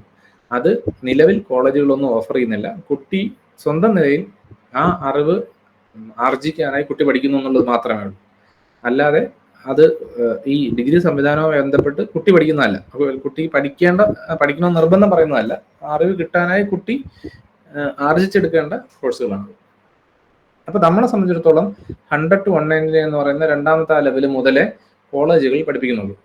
സോ ഇത് 100 to 199 എന്ന് പറയുന്നത് ഫൗണ്ടേഷൻ അല്ലെങ്കിൽ ഇൻട്രൊഡക്ടറി കോഴ്സുകളായിട്ടാണ് ഡിഫൈൻ ചെയ്തിരിക്കുന്നത്. അത് ഒന്നാമത്തെ രണ്ടാമത്തെ സെമസ്റ്റർ അല്ലെങ്കിൽ ഒന്നാമത്തെ വർഷം പഠിക്കുന്ന പേപ്പറുകളായിരിക്കും. തുടർന്ന് 200, 299 എന്ന് പറയുന്ന ഇന്റർമീഡിയറ്റ് ലെവൽ സെക്കൻഡ് ഇയറിൽ വരും, third and fourth semester. 300 to 399 level higher level കോഴ്സുകൾ, ആ നമ്പർ തെറ്റാണ്, 5 and 6 ആണ് സെമസ്റ്റർ എന്ന് പറയുന്ന തേർഡ് ഇയർ. ദെൻ 400 to 499 എന്ന് പറയുമ്പോൾ 7 and 8 വരും, ഫോർത്ത് ഇയർ. ഈ എഴുതിയിരിക്കുന്നത് 100 to 199 എന്ന് പറയുന്ന first year, 200 299 second year, 300 399 third year, 400 499 fourth year എന്ന് ആലോചിച്ചാൽ മതി. ഇത് ഉദ്ദേശിക്കുന്നത് എത്രയേ ഉള്ളൂ, നമ്മളൊരു പേപ്പർ പഠിക്കുന്ന സമയത്ത് ആ പേപ്പറിനകത്തുള്ള കണ്ടന്റിന്റെ ഗ്രാവിറ്റി എന്തോളം ഉണ്ടാവും, എത്രത്തോളം പ്രയാസമേറിയതായിരിക്കും പേപ്പറുകൾ എന്നാണ് ഈ പറഞ്ഞിരിക്കുന്നത്. അത് ഉദ്ദേശിക്കുന്ന ഇങ്ങനെയാണ്: ഒന്നാം വർഷത്തിൽ ജോയിൻ ചെയ്യുന്ന കുട്ടിക്ക് ഫൗണ്ടേഷൻ ലെവലുള്ള കണ്ടന്റ് കൊടുത്താൽ മതി. എന്നാൽ സെക്കൻഡ് ഇയർ ആകുമ്പോൾ ഇന്റർമീഡിയറ്റ് ലെവലിലുള്ള കണ്ടന്റ് കൊടുക്കാം. പിന്നെ ഹയർ ലെവലോ അഡ്വാൻസ് ലെവലിലേക്കൊക്കെ കുട്ടിയെ വളർത്തിയെടുക്കുക. അത് പടിപടിയായി കുട്ടി മുന്നോട്ട് പോകുന്ന തരത്തിലാണ് ഇത് ക്രമീകരിക്കേണ്ടത് എന്നുള്ളതാണ്. ഇത് സിലബസ് തയ്യാറാക്കുന്ന സമയത്ത് ഈ ഒരു ആശയം മനസ്സിൽ വെച്ചുകൊണ്ട് തന്നെയാണ് സിലബസ് തയ്യാറാക്കിയിട്ടുള്ളത്. ഇത് ഓർക്കേണ്ടത്, തൊട്ട് മുന്നിലത്തെ അല്ലെങ്കിൽ നിലവിലെ ഡിഗ്രി കോഴ്സുകളെ പറ്റി ആലോചിക്കുമ്പോൾ നമ്മൾ പലരും അത് പഠിച്ച് അതുവഴി വരുമ്പോൾ നമ്മൾ ഓർക്കുന്ന ഒരു ആശയം എന്ന് പറയുന്നത്, ഒന്നാമത്തെയോ രണ്ടാമത്തെയോ വർഷത്ത് പഠിച്ച പേപ്പറുകളായിരിക്കും പലപ്പോഴും പ്രയാസം കൂടുതലെന്ന് തോന്നിയിട്ടുള്ളത്. മൂന്നാം വർഷം വരുമ്പോൾ കുറെ കൂടി എളുപ്പം എന്നൊക്കെ നമുക്ക് തോന്നിയിട്ടുണ്ടാകും. അത് ഈ പറയുന്ന അക്കാഡമിക് ലെവലിലെ ഡിസ്പാരിറ്റി ആയിരുന്നു. എന്നാൽ ഇനി മുതൽ അങ്ങനെയല്ല. ഒന്നാം വർഷം എളുപ്പമുള്ളതും അതിനേക്കാൾ കുറച്ചുകൂടെ പ്രയാസമുള്ളതായിരിക്കും 2, പിന്നെ ഇച്ചിരി പ്രയാസമുള്ളത്. അങ്ങനെ കുട്ടിക്ക് ഇത് അച്ചീവ് ചെയ്യാൻ കഴിയുന്ന തരത്തിലാണ് ഈ പേപ്പറുകൾ ക്രമീകരിച്ചിരിക്കുന്നത്. സോ ആ ക്രമീകരിക്കുന്ന രീതിയാണ് ഞാനിവിടെ പറയാൻ ഉദ്ദേശിച്ചത്. പിന്നെ കുട്ടികൾ പഠിക്കുന്ന പേപ്പറുകളുടെ കണ്ടന്റിനെ നോക്കിക്കഴിഞ്ഞാൽ പ്രധാനമായും ഞാൻ പറഞ്ഞു 4 ക്രെഡിറ്റിന്റെയും 3 ക്രെഡിറ്റിന്റെയും കോഴ്സുകളാണുള്ളത്. അതിനൊരു ബ്രോഡായി 3 കാറ്റഗറി ആയിട്ടാണ് തിരിച്ചിട്ടുള്ളത്. ആദ്യത്തെ 2 കാറ്റഗറി ഡിസിപ്ലിൻ സ്പെസിഫിക് കാറ്റഗറിയാണ്. ഡിസിപ്ലിൻ സ്പെസിഫിക് കോർ കോഴ്സുകൾ അല്ലെങ്കിൽ DSC കോഴ്സുകൾ എന്നും 2 ഡിസിപ്ലിൻ സ്പെസിഫിക് ഇലക്റ്റീവ് കോഴ്സുകൾ അല്ലെങ്കിൽ DSE എന്നും വിളിച്ചിട്ടുണ്ട്. നിലവിലത്തെ ഡിഗ്രി ആലോചിച്ച് കഴിഞ്ഞാൽ നമ്മൾ പറഞ്ഞിരുന്നത് മെയിൻ ആൻഡ് കോംപ്ലിമെന്ററികൾ, മെയിൻ ആൻഡ് സബ് പേപ്പറുകൾ എന്ന് പറഞ്ഞിരുന്ന വിഷയങ്ങൾ ആണ് ഈ ഡിസിപ്ലിൻ സ്പെസിഫിക് എന്നതുകൊണ്ട് ഉദ്ദേശിക്കുന്നത്. ഇപ്പോൾ ഫിസിക്സിന്റെ എക്സാമ്പിൾ ഞാൻ നേരത്തെ ഓർത്താൽ, ഫിസിക്സ് പഠിക്കുന്ന കുട്ടി ഫിസിക്സിനോടൊപ്പം മാത്തമാറ്റിക്സും കെമിസ്ട്രിയും എടുക്കുന്നുണ്ടെങ്കിൽ ഈ ഫിസിക്സിലെയും മാത്സിലെയും കെമിസ്ട്രിയുടെയും പേപ്പറുകൾ ചേരുന്നതാണ് ഈ ഡിസിപ്ലിൻ സ്പെസിഫിക് കോറും ഇലക്റ്റീവ്. ഇലക്റ്റീവ് എന്ന് പറയുന്ന കുട്ടിക്ക് ഒരു അഡീഷണൽ ചോയ്സ് കൂടെ കൊടുക്കുന്ന സാധനമാണ്. കോർ എന്ന് പറയുന്നത് ഇത് രണ്ടും ഈ പറയുന്ന പേപ്പറുകൾ, ഈ വിഷയങ്ങൾക്കകത്തുള്ളതായിരിക്കും. ഇത് കൂടാതെ ജനറൽ ഫൗണ്ടേഷൻ കോഴ്സുകൾ എന്ന് പറയുന്ന ഒരു കാറ്റഗറി ഓഫ് കോഴ്സുകളുണ്ട്.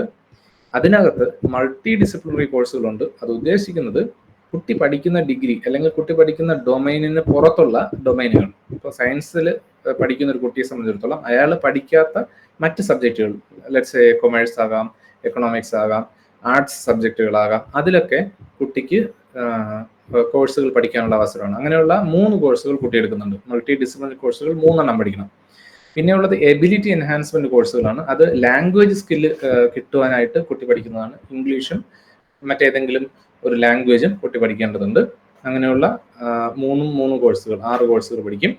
പിന്നെയുള്ളത് വാല്യൂ അഡീഷൻ കോഴ്സുകളാണ്. ആ കോഴ്സ് എന്ന് പറയുന്നത് ഒരു കുട്ടി ഒരു ഡിഗ്രി പഠിക്കുന്ന ഡിഗ്രി ഹോൾഡർ എന്ന് പറയുന്നത് നമുക്കറിയാം, വിദ്യാർത്ഥികൾ എന്നുള്ളത് മാറി ഒരു പൗരനായി മാറുന്ന ഒരു ട്രാൻസിഷൻ പീരീഡാണ്. ആ ട്രാൻസിഷൻ പീരീഡിൽ കുറച്ച് വിദ്യ കൊടുക്കുന്നതാണ്, അറിവ് കൊടുക്കുന്നതിനോടൊപ്പം കുട്ടിയിൽ നിന്നും കുറച്ച് വാല്യൂ നമ്മുടെ സമൂഹം പ്രതീക്ഷിക്കുന്നുണ്ട്. സോ അത്തരം വാല്യൂ കണ്ടന്റുകൾ കൊടുക്കുക എന്നുള്ളതാണ്. നമുക്കറിയാം പല NSS NCC പോലുള്ള പല ആക്ടിവിറ്റികളിലൂടെ സമൂഹവുമായി ബന്ധപ്പെട്ട് കുട്ടികൾ വർക്ക് ചെയ്യുന്നുണ്ട്.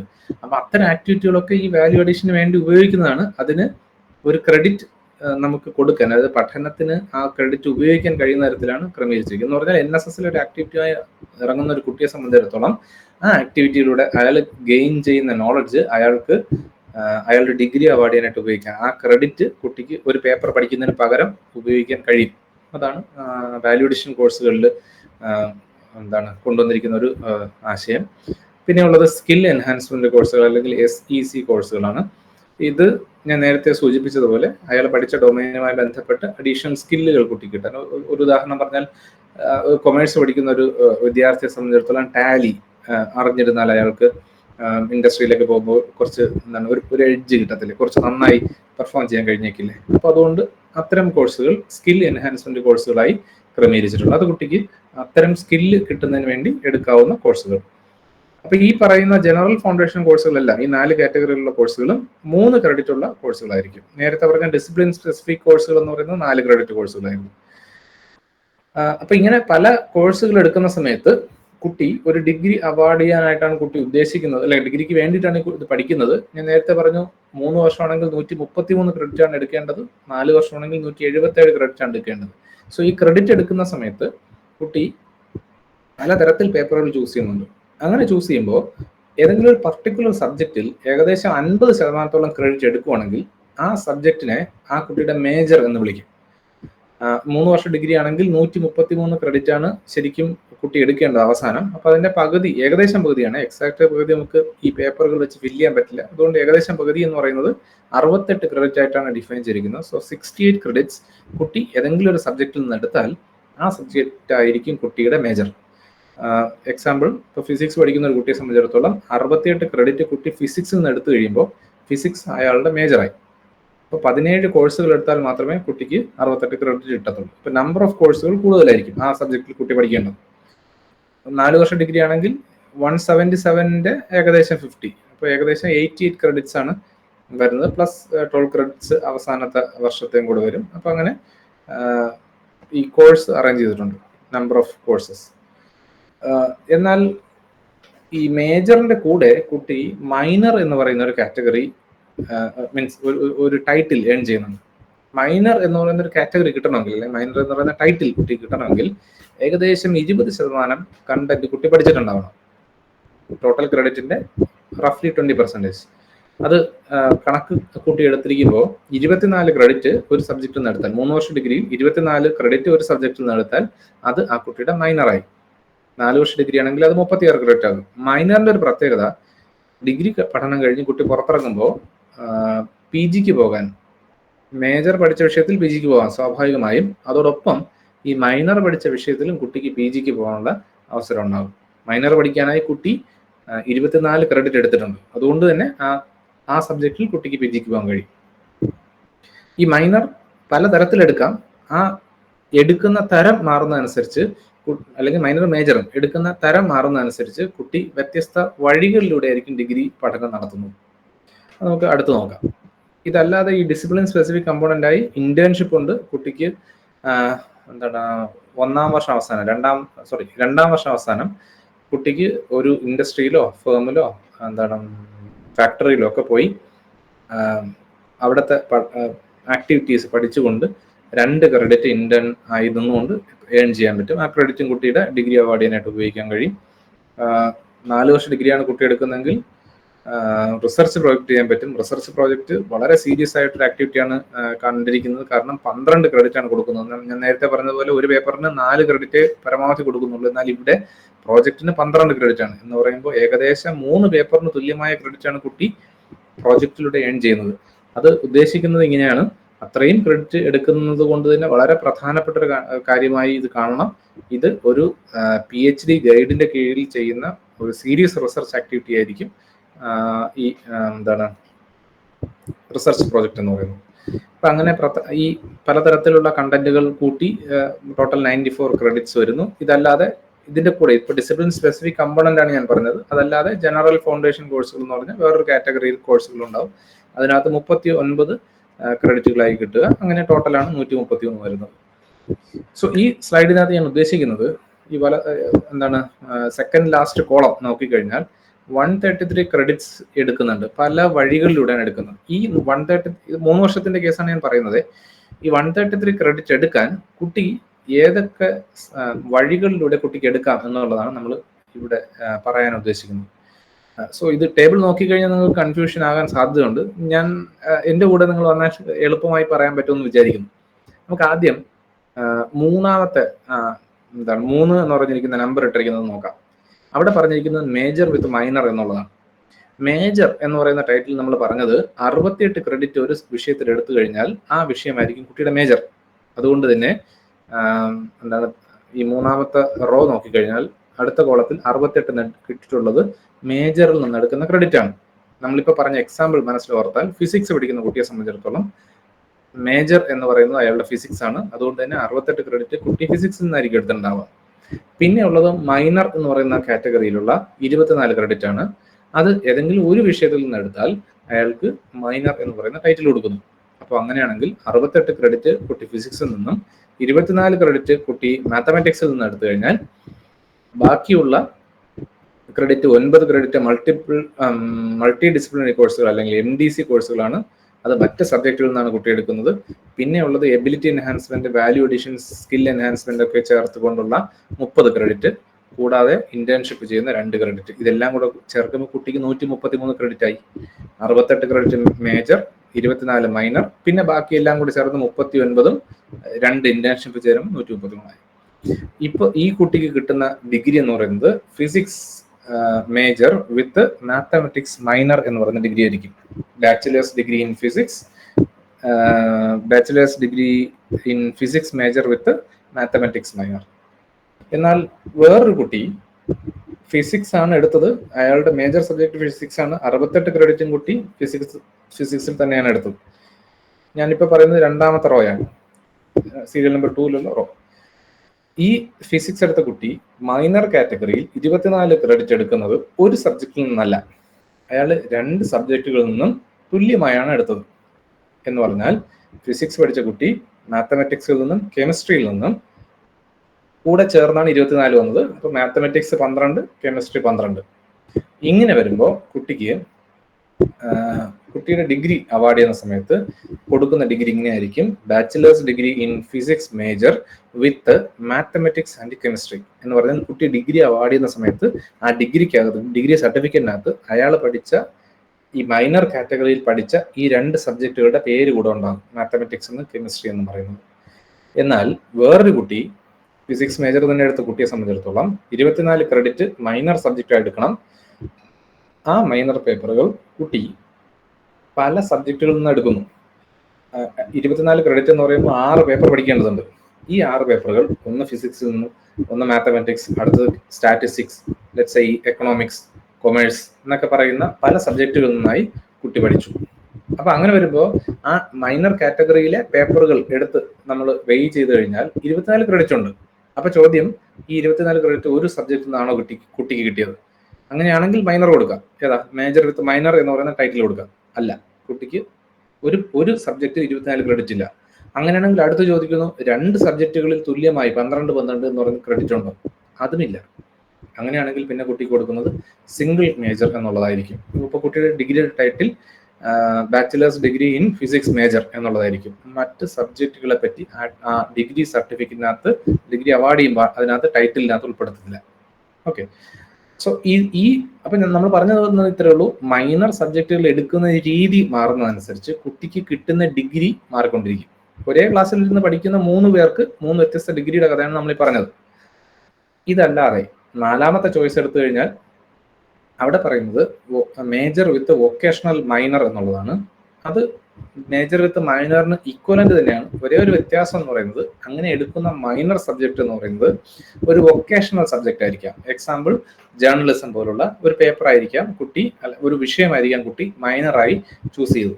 അങ്ങനെ വരുമ്പോഴാണ് ഈ വൊക്കേഷണൽ മൈനർ വരുന്നത്. ഡാറ്റ അനാലിസിസോ ആർട്ടിഫിഷ്യൽ ഇന്റലിജൻസോ ജേർണലിസം പോലുള്ള വിഷയങ്ങളൊക്കെ എടുക്കുന്ന കുട്ടികൾക്ക് വൊക്കേഷണൽ മൈനർ എന്ന് പറയുന്ന ഒരു സാധ്യത ഉണ്ടാവും. പിന്നെ ഉള്ളത് ഇന്റർ ഡിസിപ്ലിനറി മേജർ ആണ്.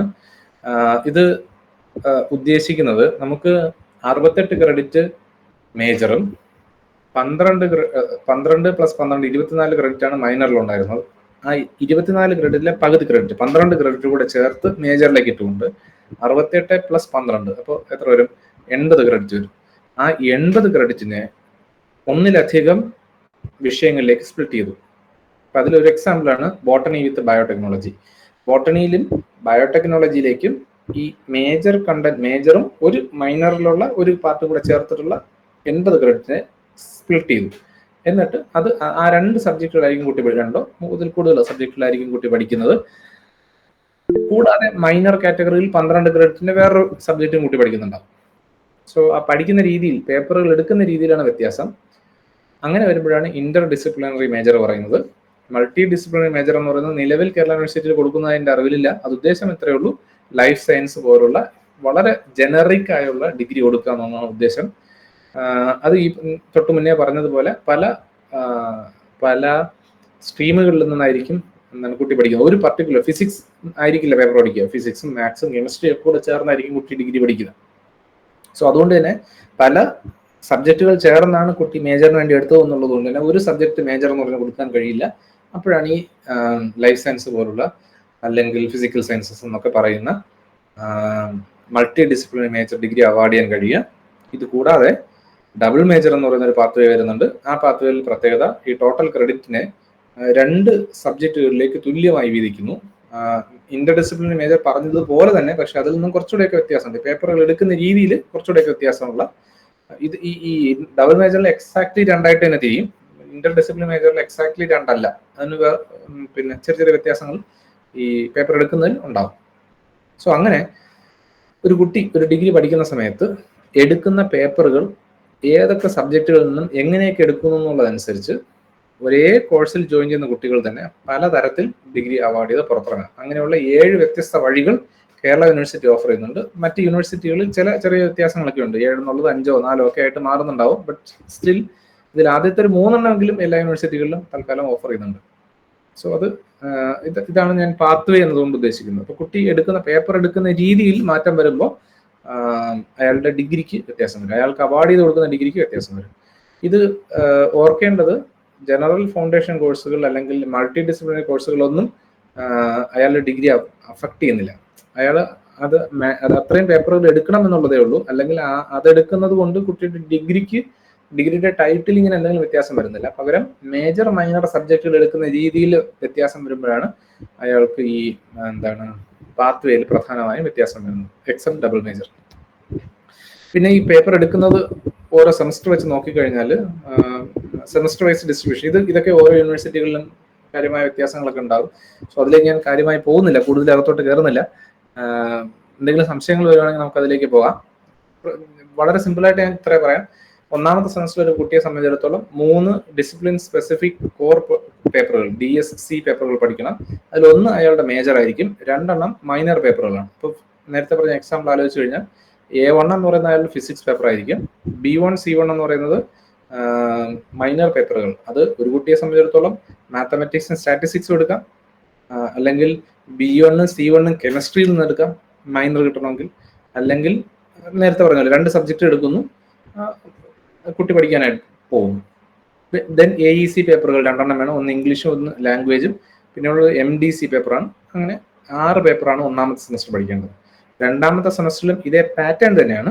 ഇതിൽ A എന്ന് പറയുന്നത് അയാളുടെ മേജർ സബ്ജക്ട് തന്നെയാണ്. B, C എന്ന് പറയുന്നത് ഞാൻ നേരത്തെ പറഞ്ഞുകൊണ്ട് മൈനർ ആയി എടുക്കുന്നുണ്ടെങ്കിൽ, ഇപ്പൊ മാത്തമാറ്റിക്സ് മൈനറാണ് കുട്ടി ആലോചിക്കുന്നതെങ്കിൽ ആദ്യത്തെ സെമസ്റ്ററിലെയും Bയും Cയും മാത്തമാറ്റിക്സ് ആയിരിക്കും, രണ്ടാമത്തെ സെമസ്റ്ററിലെ Bയും Cയും മാത്തമാറ്റിക്സ് ആയിരിക്കും. ആ മൈനർ എന്ന് പറയുന്ന വിഷയം എടുക്കുന്നത് ഏതാണ്? ഇനി അങ്ങനെയല്ല, 2 സബ്ജക്റ്റുകൾ തുല്യമായിട്ടാണ് വയ്ക്കുന്നത്, mathematics chemistry 2 സബ്ജക്റ്റിലേക്കാണ് വയ്ക്കുന്നതെങ്കിൽ B1 mathematics C1 chemistry ആണെങ്കിൽ അടുത്ത സെമസ്റ്ററിലും ഒരു മാത്തമാറ്റിക്സും ഒരു കെമിസ്ട്രി ഉണ്ട്.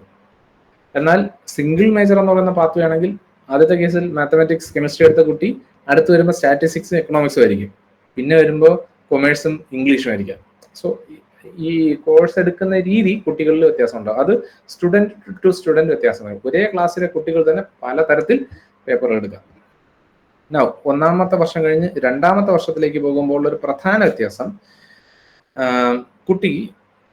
കുട്ടിക്ക് മേജർ ചേഞ്ച് ചെയ്യാനുള്ള സാധ്യത കൊടുക്കുകയാണ്. ഇത് എങ്ങനെ സാധ്യമാകും എന്ന് ചോദിച്ചു കഴിഞ്ഞാൽ, കുട്ടി ആദ്യത്തെ വർഷത്തിൽ 2 സെമസ്റ്ററുകളിലായി ഒരു പേപ്പറുകളെങ്കിലും DSC ആയോ കോർ പേപ്പറുകൾ ആദ്യത്തെ സെമസ്റ്ററിൽ 3ഉം രണ്ടാമത്തെ സെമസ്റ്ററിൽ 3ഉം ചേർന്ന് 6 പേപ്പർ വെച്ചിട്ടുണ്ട്. അതിൽ 2 എണ്ണം അയാളുടെ മേജറാണ്, ബാക്കി 4 പേപ്പർ ഉണ്ട്. പിന്നെ MDC പേപ്പറായിട്ട് 2 എണ്ണം പഠിച്ചിട്ടുണ്ട്. അങ്ങനെ ടോട്ടൽ 6 പേപ്പറായി.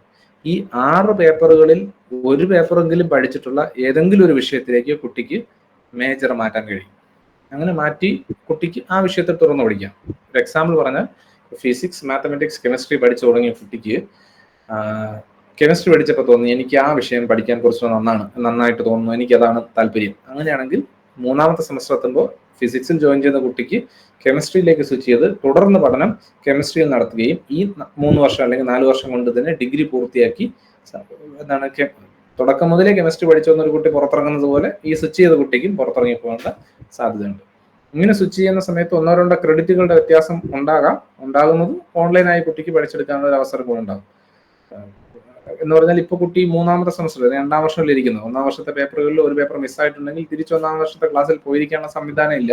പകരം ആ പേപ്പർ കുട്ടിക്ക് ഓൺലൈനായി പഠിച്ച് വിടവ് നികത്തിക്കൊണ്ട് മുന്നോട്ട് പോകും. സോ ഇത് ഒരു പ്രധാന വ്യത്യാസമാണ്. പിന്നെ ഉള്ളൊരു വ്യത്യാസം, 3ാമത്തെ സെമസ്റ്റർ നോക്കിക്കഴിഞ്ഞാൽ 3 DSC പേപ്പറുകളുണ്ട്. മേജറിൽ ഒരു പേപ്പർ ഫിസിക്സ് ആണെങ്കിൽ അത്, പിന്നെ മൈനറിൽ 2 പേപ്പർ BC, പിന്നെ ഒരു ഇലക്ടീവ് പേപ്പർ വരുന്നുണ്ട് DSE, പിന്നെ ഉള്ള ഒരു MDC പേപ്പറാണ്, അതിനെ കേരള സ്റ്റഡീസ് എന്ന് പറയുന്ന ഒരു പേപ്പറാണ്, അത് മാൻഡേറ്ററി പേപ്പറാണ്. പിന്നെ വാല്യൂ അഡീഷൻ കോഴ്സ് ആയിട്ടൊരു പേപ്പർ വരുന്നുണ്ട്. അങ്ങനെ 6 പേപ്പറാണ് അവിടെ വരിക. 3 സെമസ്റ്റർ കൊണ്ട് തന്നെ കുട്ടിയുടെ മൈനർ കാറ്റഗറിയിലുള്ള പേപ്പറുകളുടെ ഡിസ്ട്രിബ്യൂഷൻ കഴിഞ്ഞു. അത്രയും പഠിച്ചാൽ മതി. പിന്നെ ഉള്ളത് കുട്ടി 4, 5, 6 സെമസ്റ്ററുകളിലൊക്കെയും അയാളുടെ മേജർ വിഷയങ്ങളിലേക്കാണ്, മേജറിലും സ്കിൽ വാല്യൂ അഡീഷൻ പേപ്പറുകളിലേക്കും ഒതുങ്ങും അയാളുടെ പഠനം. അല്ലെങ്കിൽ അയാളുടെ ഫോക്കസ് അങ്ങോട്ടേക്ക് മാറുക. 2ാം വർഷത്തിന്റെ അവസാനം അയാൾക്ക് സമ്മർ ഇന്റേൺഷിപ്പ് ചെയ്യാനുള്ള ഒരു അവസരമുണ്ട്. ഞാൻ നേരത്തെ സൂചിപ്പിച്ചു, 60 മണിക്കൂറാണ് കുട്ടി ഇന്ററാക്ട് ചെയ്യേണ്ടത് ഇൻഡസ്ട്രിയിലും ഒക്കെ പോയിട്ട്.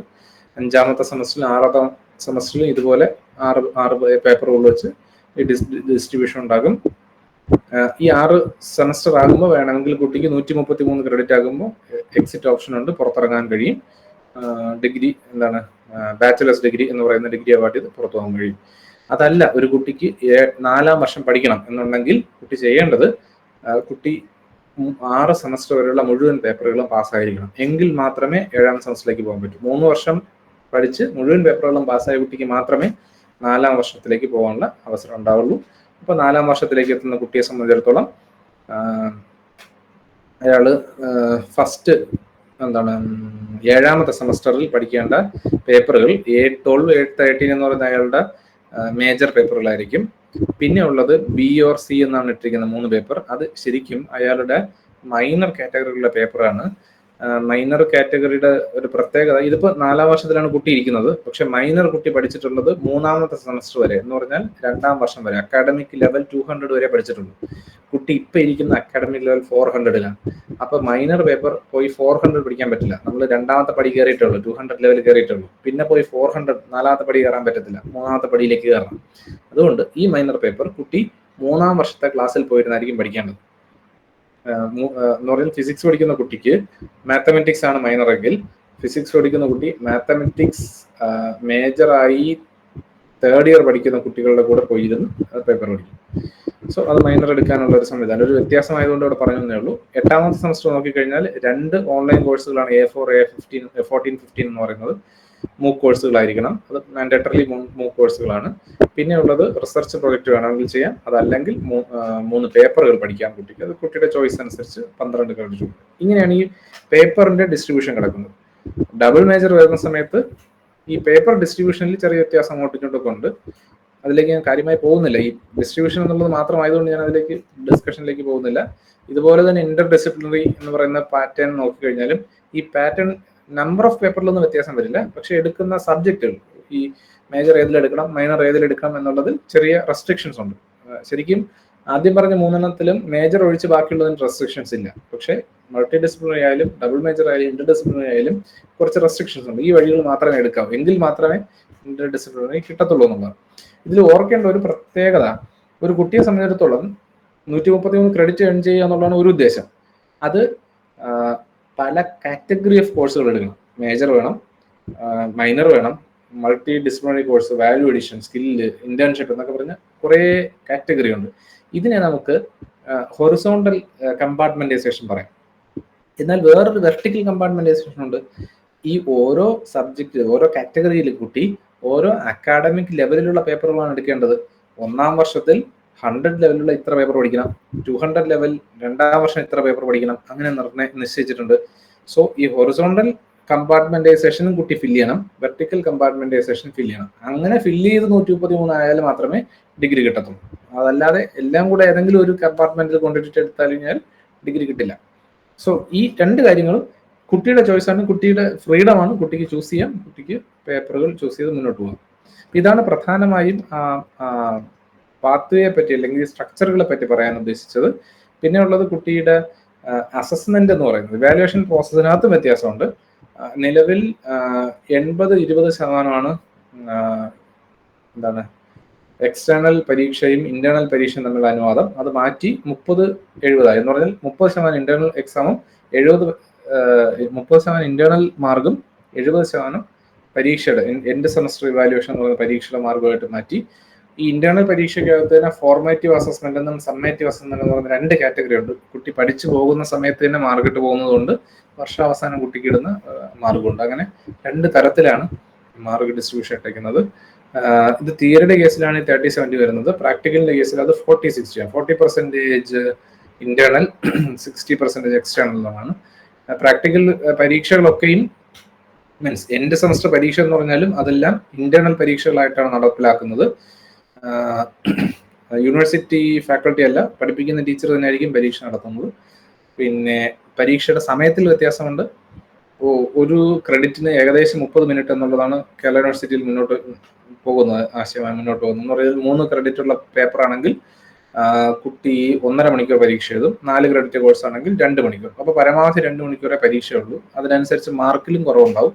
എല്ലാ പരീക്ഷകളും ഒരേ മാർക്കിനായിരുന്നില്ല അല്ല ഇനി മുതൽ നടക്കുന്നത്. നിലവിൽ നടന്ന പരീക്ഷകൾ എന്ന് പറഞ്ഞാൽ എത്ര ക്രെഡിറ്റ് ആയാലും എല്ലാം ഒരേ മാർക്ക് ഒരേ സമയം. 3 മണിക്കൂർ പരീക്ഷ 100 മാർക്കിന് പരീക്ഷ എന്നുള്ളതായിരുന്നു. അത് മാറി അയാൾ പഠിക്കുന്ന ക്രെഡിറ്റിനനുസരിച്ച് കണ്ടന്റിനനുസരിച്ച് പരീക്ഷയുടെ സമയത്തിലും മാർക്കിലും വ്യത്യാസം വരും. സോ ഇത്രയാണ് പ്രധാനമായും ഈ 4 വർഷ ഡിഗ്രി പരിപാടിയുമായി ബന്ധപ്പെട്ട് നടപ്പിലാക്കുന്ന സംവിധാനങ്ങൾ. അതിൽ സ്റ്റുഡൻറ് സെൻട്രിക് ആയിട്ടാണ് ഈ സംവിധാനം മുഴുവനായി മാറുന്നത്. ക്രെഡിറ്റ് സെമസ്റ്റർ സംവിധാനമാണ് ഇത്. ഫ്ലെക്സിബിൾ ആയിട്ടുള്ള ലേണിംഗ് പാത്വേസ് ഉണ്ട്, കുട്ടികൾക്ക് ചൂസ് ചെയ്യാൻ പറ്റുന്ന തരത്തിൽ. ഈ കോഴ്സുകൾ ചൂസ് ചെയ്യുന്ന സമയത്ത് സയൻസ് കുട്ടി സയൻസ് മാത്രമേ പഠിക്കാവുന്നൊന്നുമില്ല. ഹ്യൂമാനിറ്റീസോ കമ്പ്യൂട്ടർ സയൻസോ കൊമേഴ്സോ മ്യൂസിക്കോ ഏത് കോഴ്സിലേക്കും കുട്ടികൾക്ക് പേപ്പറുകൾ എടുക്കാനുള്ള ചോയ്സ് ഉണ്ട്. ആ സബ്ജക്റ്റുകളൊക്കെ പഠിക്കാനുള്ള ഒരു അവസരം കുട്ടിക്കുണ്ട്. എക്സാമിനേഷനകത്ത് മോഡിഫിക്കേഷൻ ഉണ്ട്. കോഴ്സ് ഡിസൈൻ ചെയ്യുന്നതിൽ വ്യത്യാസമുണ്ട്. കോഴ്സ് ഡിസൈനിൽ ഒരു പ്രത്യേകത, ഓരോ പേപ്പറിനകത്തും 20% കണ്ടന്റ് അധ്യാപകന് മോഡിഫൈ ആവുന്ന തരത്തിലാണ് ഇട്ടേക്കുന്നത്. എന്ന് പറഞ്ഞാൽ ഒരു പേപ്പർ പഠിച്ചു കഴിഞ്ഞാൽ അതിന്റെ 20% അതാത് വർഷങ്ങളിൽ അധ്യാപകർക്ക് മോഡിഫൈ ചെയ്ത് പുതിയ അപ്ഡേഷൻ എന്തെങ്കിലും ഉണ്ടെങ്കിൽ അതൊക്കെ ആ പേപ്പറുകളിൽ വന്നിട്ടുള്ള അപ്ഡേഷൻ ആഡ് ചെയ്ത് പഠിപ്പിക്കാൻ കഴിയും അധ്യാപകന്. പിന്നെ ഇതല്ലാതെ സിഗ്നേച്ചർ കോഴ്സുകൾ എന്ന് പറഞ്ഞുകൊണ്ട് ഏതെങ്കിലും ഒരു സ്പെസിഫിക് ഫീൽഡിൽ വളരെ പ്രാവീണ്യം നേടിയ ഒരു അധ്യാപകൻ ഉണ്ടെങ്കിൽ ആ അധ്യാപകന് ആ വിഷയം അയാളുടെ സിഗ്നേച്ചർ കോഴ്സായി ഓഫർ ചെയ്തുകൊണ്ട് മറ്റുള്ളവർക്ക് പറഞ്ഞു കൊടുക്കുക. സിലബസിൽ ഇല്ലാത്ത പുതിയൊരു കോഴ്സ് അധ്യാപകനെ പഠിപ്പിക്കാനുള്ള സ്വാതന്ത്ര്യമുണ്ട്. ഇങ്ങനെ കാതലായ വളരെ മാറ്റങ്ങൾ ഇതിനകത്തുണ്ട്. കുട്ടിക്ക് മേജർ മൈനർ സ്വിച്ച് ചെയ്യാനുള്ള ഫ്ലെക്സിബിലിറ്റി ഉണ്ട്. ഈ മേജർ മൈനർ സ്വിച്ചിന്റെ കാര്യം പറഞ്ഞപ്പോൾ ഒരു കാര്യം കൂടെ ഞാൻ പറയാൻ വിട്ടുപോയത്, ഒരു ബാച്ചിലേക്ക് 3ാമത്തെ സെമസ്റ്ററിലേക്ക് കുട്ടി എത്തുമ്പോൾ കോഴ്സ് സ്വിച്ച് ചെയ്ത് വരുന്ന കുട്ടികളെ സംബന്ധിച്ചിടത്തോളം ആ കുട്ടി അല്ലെങ്കിൽ ആ കുട്ടികൾ വന്നിരിക്കുന്നത് അഡീഷണലായി ക്രിയേറ്റ് ചെയ്ത 10% സീറ്റുകളുടെ മുകളിലാണ്. എന്ന് പറഞ്ഞാൽ ഒരു എക്സാമ്പിൾ പറഞ്ഞാൽ ലെറ്റ്സ് ഒരു സബ്ജക്റ്റിൽ 50 കുട്ടികളാണ് ഫസ്റ്റ് ഇയർ അഡ്മിഷൻ എടുത്തത്. അപ്പോൾ 3rd സെമസ്റ്റർ ആകുമ്പോൾ ഈ സാങ്ഷൻഡ് സ്ട്രെങ്ത് 50 എന്നുള്ളത് 55 ആകും. അങ്ങനെ വന്ന അഡീഷണലി വന്ന സീറ്റുകളിലേക്കാണ് കുട്ടികൾ വരുന്നത്. ഇങ്ങോട്ട് കുട്ടികൾ വരുന്നത് പോലെ തന്നെ ഈ സബ്ജക്റ്റിൽ നിന്നും കുട്ടികൾ മാറിപ്പോയിട്ടുണ്ടാകാം. 50 കുട്ടികൾ ഉണ്ടായിരുന്ന സ്ഥലത്ത് നിന്നും 2 കുട്ടികൾ ഇവിടെ നിന്ന് മാറി വേറെ സബ്ജക്ട് ചൂസ് ചെയ്തിട്ടുണ്ടെങ്കിൽ ഇവരുടെ സ്ട്രെങ്ത് 48 ടോട്ടൽ 55 ആക്കി അവരുടെ സ്ട്രെങ്ത്. സോ ബാക്കിയുള്ള 7 സീറ്റുകളിലേക്ക്, ബാക്കി കിടക്കുന്ന സീറ്റുകളിലേക്ക് പുതിയ കുട്ടികളെ ജോയിൻ ചെയ്യിക്കാനുള്ള ഒരു സ്വാതന്ത്ര്യം ഉണ്ടാവും. അങ്ങനെ കുട്ടിക്ക് കോഴ്സ് ചേഞ്ച് ചെയ്യാം. ഈ ചേഞ്ച് ചെയ്യുന്ന കോഴ്സ് ചേഞ്ച് ചെയ്യുന്നത് കുട്ടിക്ക് കോളേജിനകത്തുള്ള സബ്ജക്റ്റുകളിലേക്ക് സ്വിച്ച് ചെയ്യാം. ഈ കുട്ടി സ്വിച്ച് ചെയ്യാൻ ആഗ്രഹിക്കുന്ന സബ്ജക്റ്റ് ഉള്ള വേറൊരു കോളേജ് ആണുള്ളതെങ്കിൽ ആ കോളേജിലേക്ക് കുട്ടിക്ക് സ്വിച്ച് ചെയ്യാം. വേറൊരു യൂണിവേഴ്സിറ്റി ആണുണ്ടെങ്കിൽ ആ യൂണിവേഴ്സിറ്റിയിലേക്ക് സ്വിച്ച് ചെയ്യാം. ഇത് ഇന്ത്യക്കകത്തുള്ള ഏത് യൂണിവേഴ്സിറ്റികളിലേക്കും സ്വിച്ച് ചെയ്യാനുള്ള സ്വാതന്ത്ര്യമുണ്ട്. ഇത് സാധ്യമാകുന്നത് കുട്ടികൾ ഈ ക്രെഡിറ്റ് ഏൺ ചെയ്യുമ്പോൾ ആ ക്രെഡിറ്റ് നിക്ഷേപിക്കുന്നത് അക്കാഡമിക് ബാങ്ക് ഓഫ് ക്രെഡിറ്റ് എന്ന് പറയുന്ന ഒരു സംവിധാനത്തിലാണ്. ഇത് മോണിറ്റർ ചെയ്യുന്നത് UGC ആണ്. അതുകൊണ്ട് തന്നെ UGCയുടെ കീഴിൽ വരുന്ന ഏത് യൂണിവേഴ്സിറ്റിയിലെയും കോളേജുകളിലേക്കും കുട്ടികൾക്ക് കോഴ്സ് സ്വിച്ച് ചെയ്യാനും ആ യൂണിവേഴ്സിറ്റിയിൽ പോയി ഡിഗ്രി റെഡീം ചെയ്യാനും ഈ ക്രെഡിറ്റുകൾ അവിടെ കൊണ്ട് കൊടുത്തുകൊണ്ട് ഡിഗ്രി റെഡീം ചെയ്യാനുള്ള സ്വാതന്ത്ര്യമാണ്. ഇത് വളരെ വലിയ വ്യത്യാസമാണ്. നിലവിലുണ്ടായിരുന്ന ഒരു സംവിധാനമായിട്ട് തന്നെ കമ്പയർ ചെയ്യാൻ പോലും പറ്റാത്ത തരത്തിലുള്ള സംവിധാനമാണ്. പിന്നെ ഫാസ്റ്റ് ട്രാക്ക് മോഡ് ഉണ്ട്, മൾട്ടിപ്പിൾ പാത്വേസ് ആണ് കുട്ടിക്കുള്ളത്, ഓൺലൈൻ കോഴ്സുകൾ ഒരു അഡീഷണൽ സാധ്യതയാണ് കുട്ടികളുടെ മുന്നിൽ, സമ്മർ ഇന്റേൺഷിപ്പ് ഉണ്ട്, ഒപ്പം കോഴ്സ് ബ്രേക്ക് എന്ന് പറയുന്ന സംവിധാനമുണ്ട്. ഞാൻ നേരത്തെ പറഞ്ഞു അക്കാഡമിക് ബാങ്ക് ഓഫ് ക്രെഡിറ്റിലേക്കാണ് നമ്മുടെ ക്രെഡിറ്റുകൾ നിക്ഷേപിക്കുന്നത്. അതുകൊണ്ട് തന്നെ കുട്ടിക്ക് ഫസ്റ്റ് ഇയർ ജോയിൻ ചെയ്യുന്ന കുട്ടിക്ക് ഏതെങ്കിലും കാരണം കൊണ്ട് സെക്കൻഡ് ഇയർ തുടർന്ന് പഠിക്കാൻ കഴിയുന്നില്ല എങ്കിൽ ഫസ്റ്റ് ഇയർ പഠിച്ച് ഏത് സംസ്ഥയായാലും, ഞാനൊരു എക്സാമ്പിൾ പറഞ്ഞതേ ഉള്ളൂ, ഈ കോഴ്സിനിടയിൽ ബ്രേക്ക് ചെയ്തതിന് ശേഷം 1 വർഷമോ 2 വർഷമോ കഴിഞ്ഞിട്ട് തുടർന്ന് വന്ന് ബാക്കി കോഴ്സ് കണ്ടിന്യൂ ചെയ്ത് പഠിക്കാനുള്ള ഒരു സ്വാതന്ത്ര്യമുണ്ട്. ഇത് സാധ്യമാകുന്നു, അല്ലെങ്കിൽ ഇത് കുട്ടി കൊടുക്കുന്ന ഒരു സ്വാതന്ത്ര്യമാണ്. കുട്ടി എന്തെങ്കിലും കാരണങ്ങൾ കൊണ്ട്, ഹെൽത്ത് പ്രയാസങ്ങൾ കൊണ്ടോ വീട്ടിൽ എന്തെങ്കിലും ഇഷ്യൂസ് കൊണ്ടോ ഒക്കെ പഠനം പൂർത്തിയാക്കാൻ കഴിയാതെ വരുന്ന കുട്ടിയെ സംബന്ധിച്ചിടത്തോളം തുടർന്ന് ജോയിൻ ചെയ്ത് പഠിക്കാനുള്ള ഒരു സ്വാതന്ത്ര്യം കൊടുക്കുകയാണ്. ഇത് നിലവിൽ 7 വർഷത്തിനകത്ത് കോഴ്സ് കംപ്ലീറ്റ് ചെയ്തിരിക്കണം എന്നുള്ളതാണ്. ഫസ്റ്റ് ഇയർ ജോയിൻ ചെയ്യുന്ന കുട്ടി 7 വർഷത്തിനകത്ത് ഈ ഡിഗ്രി അവാർഡ് കംപ്ലീറ്റ് ചെയ്തിട്ടുണ്ടാവും. അതാണ് ആകെയുള്ള ഒരു കണ്ടീഷൻ. പിന്നെ റിസർച്ച് പ്രോജക്റ്റ് ഉണ്ട്, value addition, ability enhancement, skill, multi disciplinary കോഴ്സുകൾ എന്ന് പറഞ്ഞ് വിവിധങ്ങളായ രീതിയിലാണ് കോഴ്സുകൾ കുട്ടികളുടെ മുന്നിലിരിക്കുന്നത്. അത്രയും സ്ഥലത്ത് നമ്മളിതിനെ പറയുന്ന കോഴ്സ് ബാസ്ക്കറ്റുകൾ എന്ന്, അത്രയും ബാസ്ക്കറ്റുകളിൽ നിന്നും കുട്ടികൾക്ക് കോഴ്സ് എടുക്കാനുള്ള ഒരു സ്വാതന്ത്ര്യം ഈ 4 വർഷ ഡിഗ്രി സംവിധാനം മുന്നോട്ട് വയ്ക്കുന്നുണ്ട്. അപ്പൊ ഇത്രയുമാണ് പ്രധാനമായും പറയാൻ വന്നത്.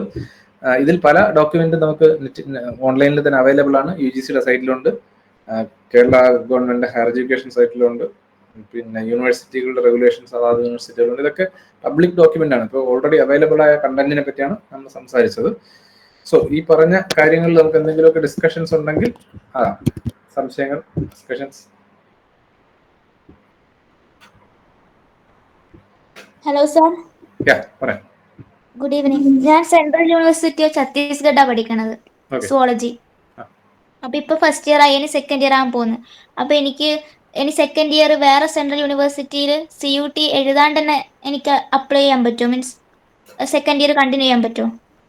അവിടെ 4 ഇയർ പ്രോഗ്രാം ആണോ നടക്കുന്നത്? 4 ഇയർ. ഓക്കെ, കഴിയും എന്നാണ് ഞാൻ മനസ്സിലാക്കുന്നത്. നിങ്ങൾക്ക് ഒരു അപ്പാർ ID എന്ന് പറഞ്ഞൊരു ID ഉണ്ടായിരുന്നു അല്ലേ? നിങ്ങൾ ജനറേറ്റ് ചെയ്തിരുന്നില്ലേ? ID ആണോ? അതെ, ABC-യിലുള്ള ID, അതിന് അപ്പാർ ID എന്നാണ് വിളിക്കുക, APAID. So ABC academic bank of ക്രെഡിറ്റ്സിനകത്ത് നമുക്ക് ഒരു യൂണീക്ക് ID വെച്ചാണ് നിങ്ങളുടെ ക്രെഡിറ്റ് ഇട്ടയ്ക്കുന്നത്. അതുകൊണ്ട് തന്നെ നിങ്ങൾക്ക് വേറൊരു എഡ്യൂക്കേഷൻ ഇൻസ്റ്റിറ്റ്യൂഷനിൽ ജോയിൻ ചെയ്യാനുള്ള സ്വാതന്ത്ര്യമുണ്ട്, ജോയിൻ ചെയ്യാൻ കഴിയും. ഇത് പറയും. സർട്ടിഫിക്കറ്റ് അതിന്റെ വാല്യൂ അതൊക്കെ 2 യൂണിവേഴ്സിറ്റി പഠിക്കുമ്പോൾ അവാർഡ് ചെയ്യുന്നത് നിങ്ങൾ എവിടെയാണോ റെഡീം ചെയ്യുന്ന അവിടെയാണ്. ഇത് നമുക്ക് ഇങ്ങനെ കണ്ടാൽ മതി. യൂണിവേഴ്സിറ്റിയെ UGC ഒരു ബാങ്ക് വെക്കുന്നുണ്ട്. ഒരു ബാങ്ക് എന്ന് വിചാരിച്ചോളൂ, ഒരു ബാങ്ക് റൺ ചെയ്യാണ്. ആ ബാങ്കിലേക്ക് നമ്മൾ ഓരോ സെമസ്റ്ററിലും പഠിച്ച് കിട്ടുന്ന ക്രെഡിറ്റുകൾ, ക്രെഡിറ്റിന്റെ പൈസ എന്ന് വിചാരിച്ചോളൂ. ആ പൈസകൾ നമ്മൾ കൊണ്ടുപോയി നിക്ഷേപിക്കണം. ഈ നിക്ഷേപിക്കുന്നതൊക്കെ ബാങ്കിൽ സൂക്ഷിച്ചിട്ടുണ്ട്. നിങ്ങൾക്ക് എപ്പോഴാണോ ഡിഗ്രി വേണ്ടത്, ആ ഡിഗ്രി അവാർഡ് ചെയ്യുന്ന യൂണിവേഴ്സിറ്റിയിൽ പോയിട്ട് നിങ്ങൾ ഈ ക്രെഡിറ്റുകൾ, നിങ്ങൾ വെച്ചിരിക്കുന്ന നിങ്ങളുടെ മണി കൊണ്ട് കൊടുത്തു കഴിഞ്ഞാൽ അവർ നിങ്ങൾക്ക് ഡിഗ്രി തരും. അപ്പോൾ ഓർക്കേണ്ടത് ഇത്രയേ ഉള്ളൂ, ആ യൂണിവേഴ്സിറ്റി എത്ര ക്രെഡിറ്റ് കൊണ്ടാണോ ഡിഗ്രി തരുന്നു എന്ന് പറയുന്നത്, അത്രയും ക്രെഡിറ്റ് കൊടുത്താൽ മാത്രമേ നിങ്ങൾക്ക് ഡിഗ്രി കിട്ടത്തുള്ളൂ.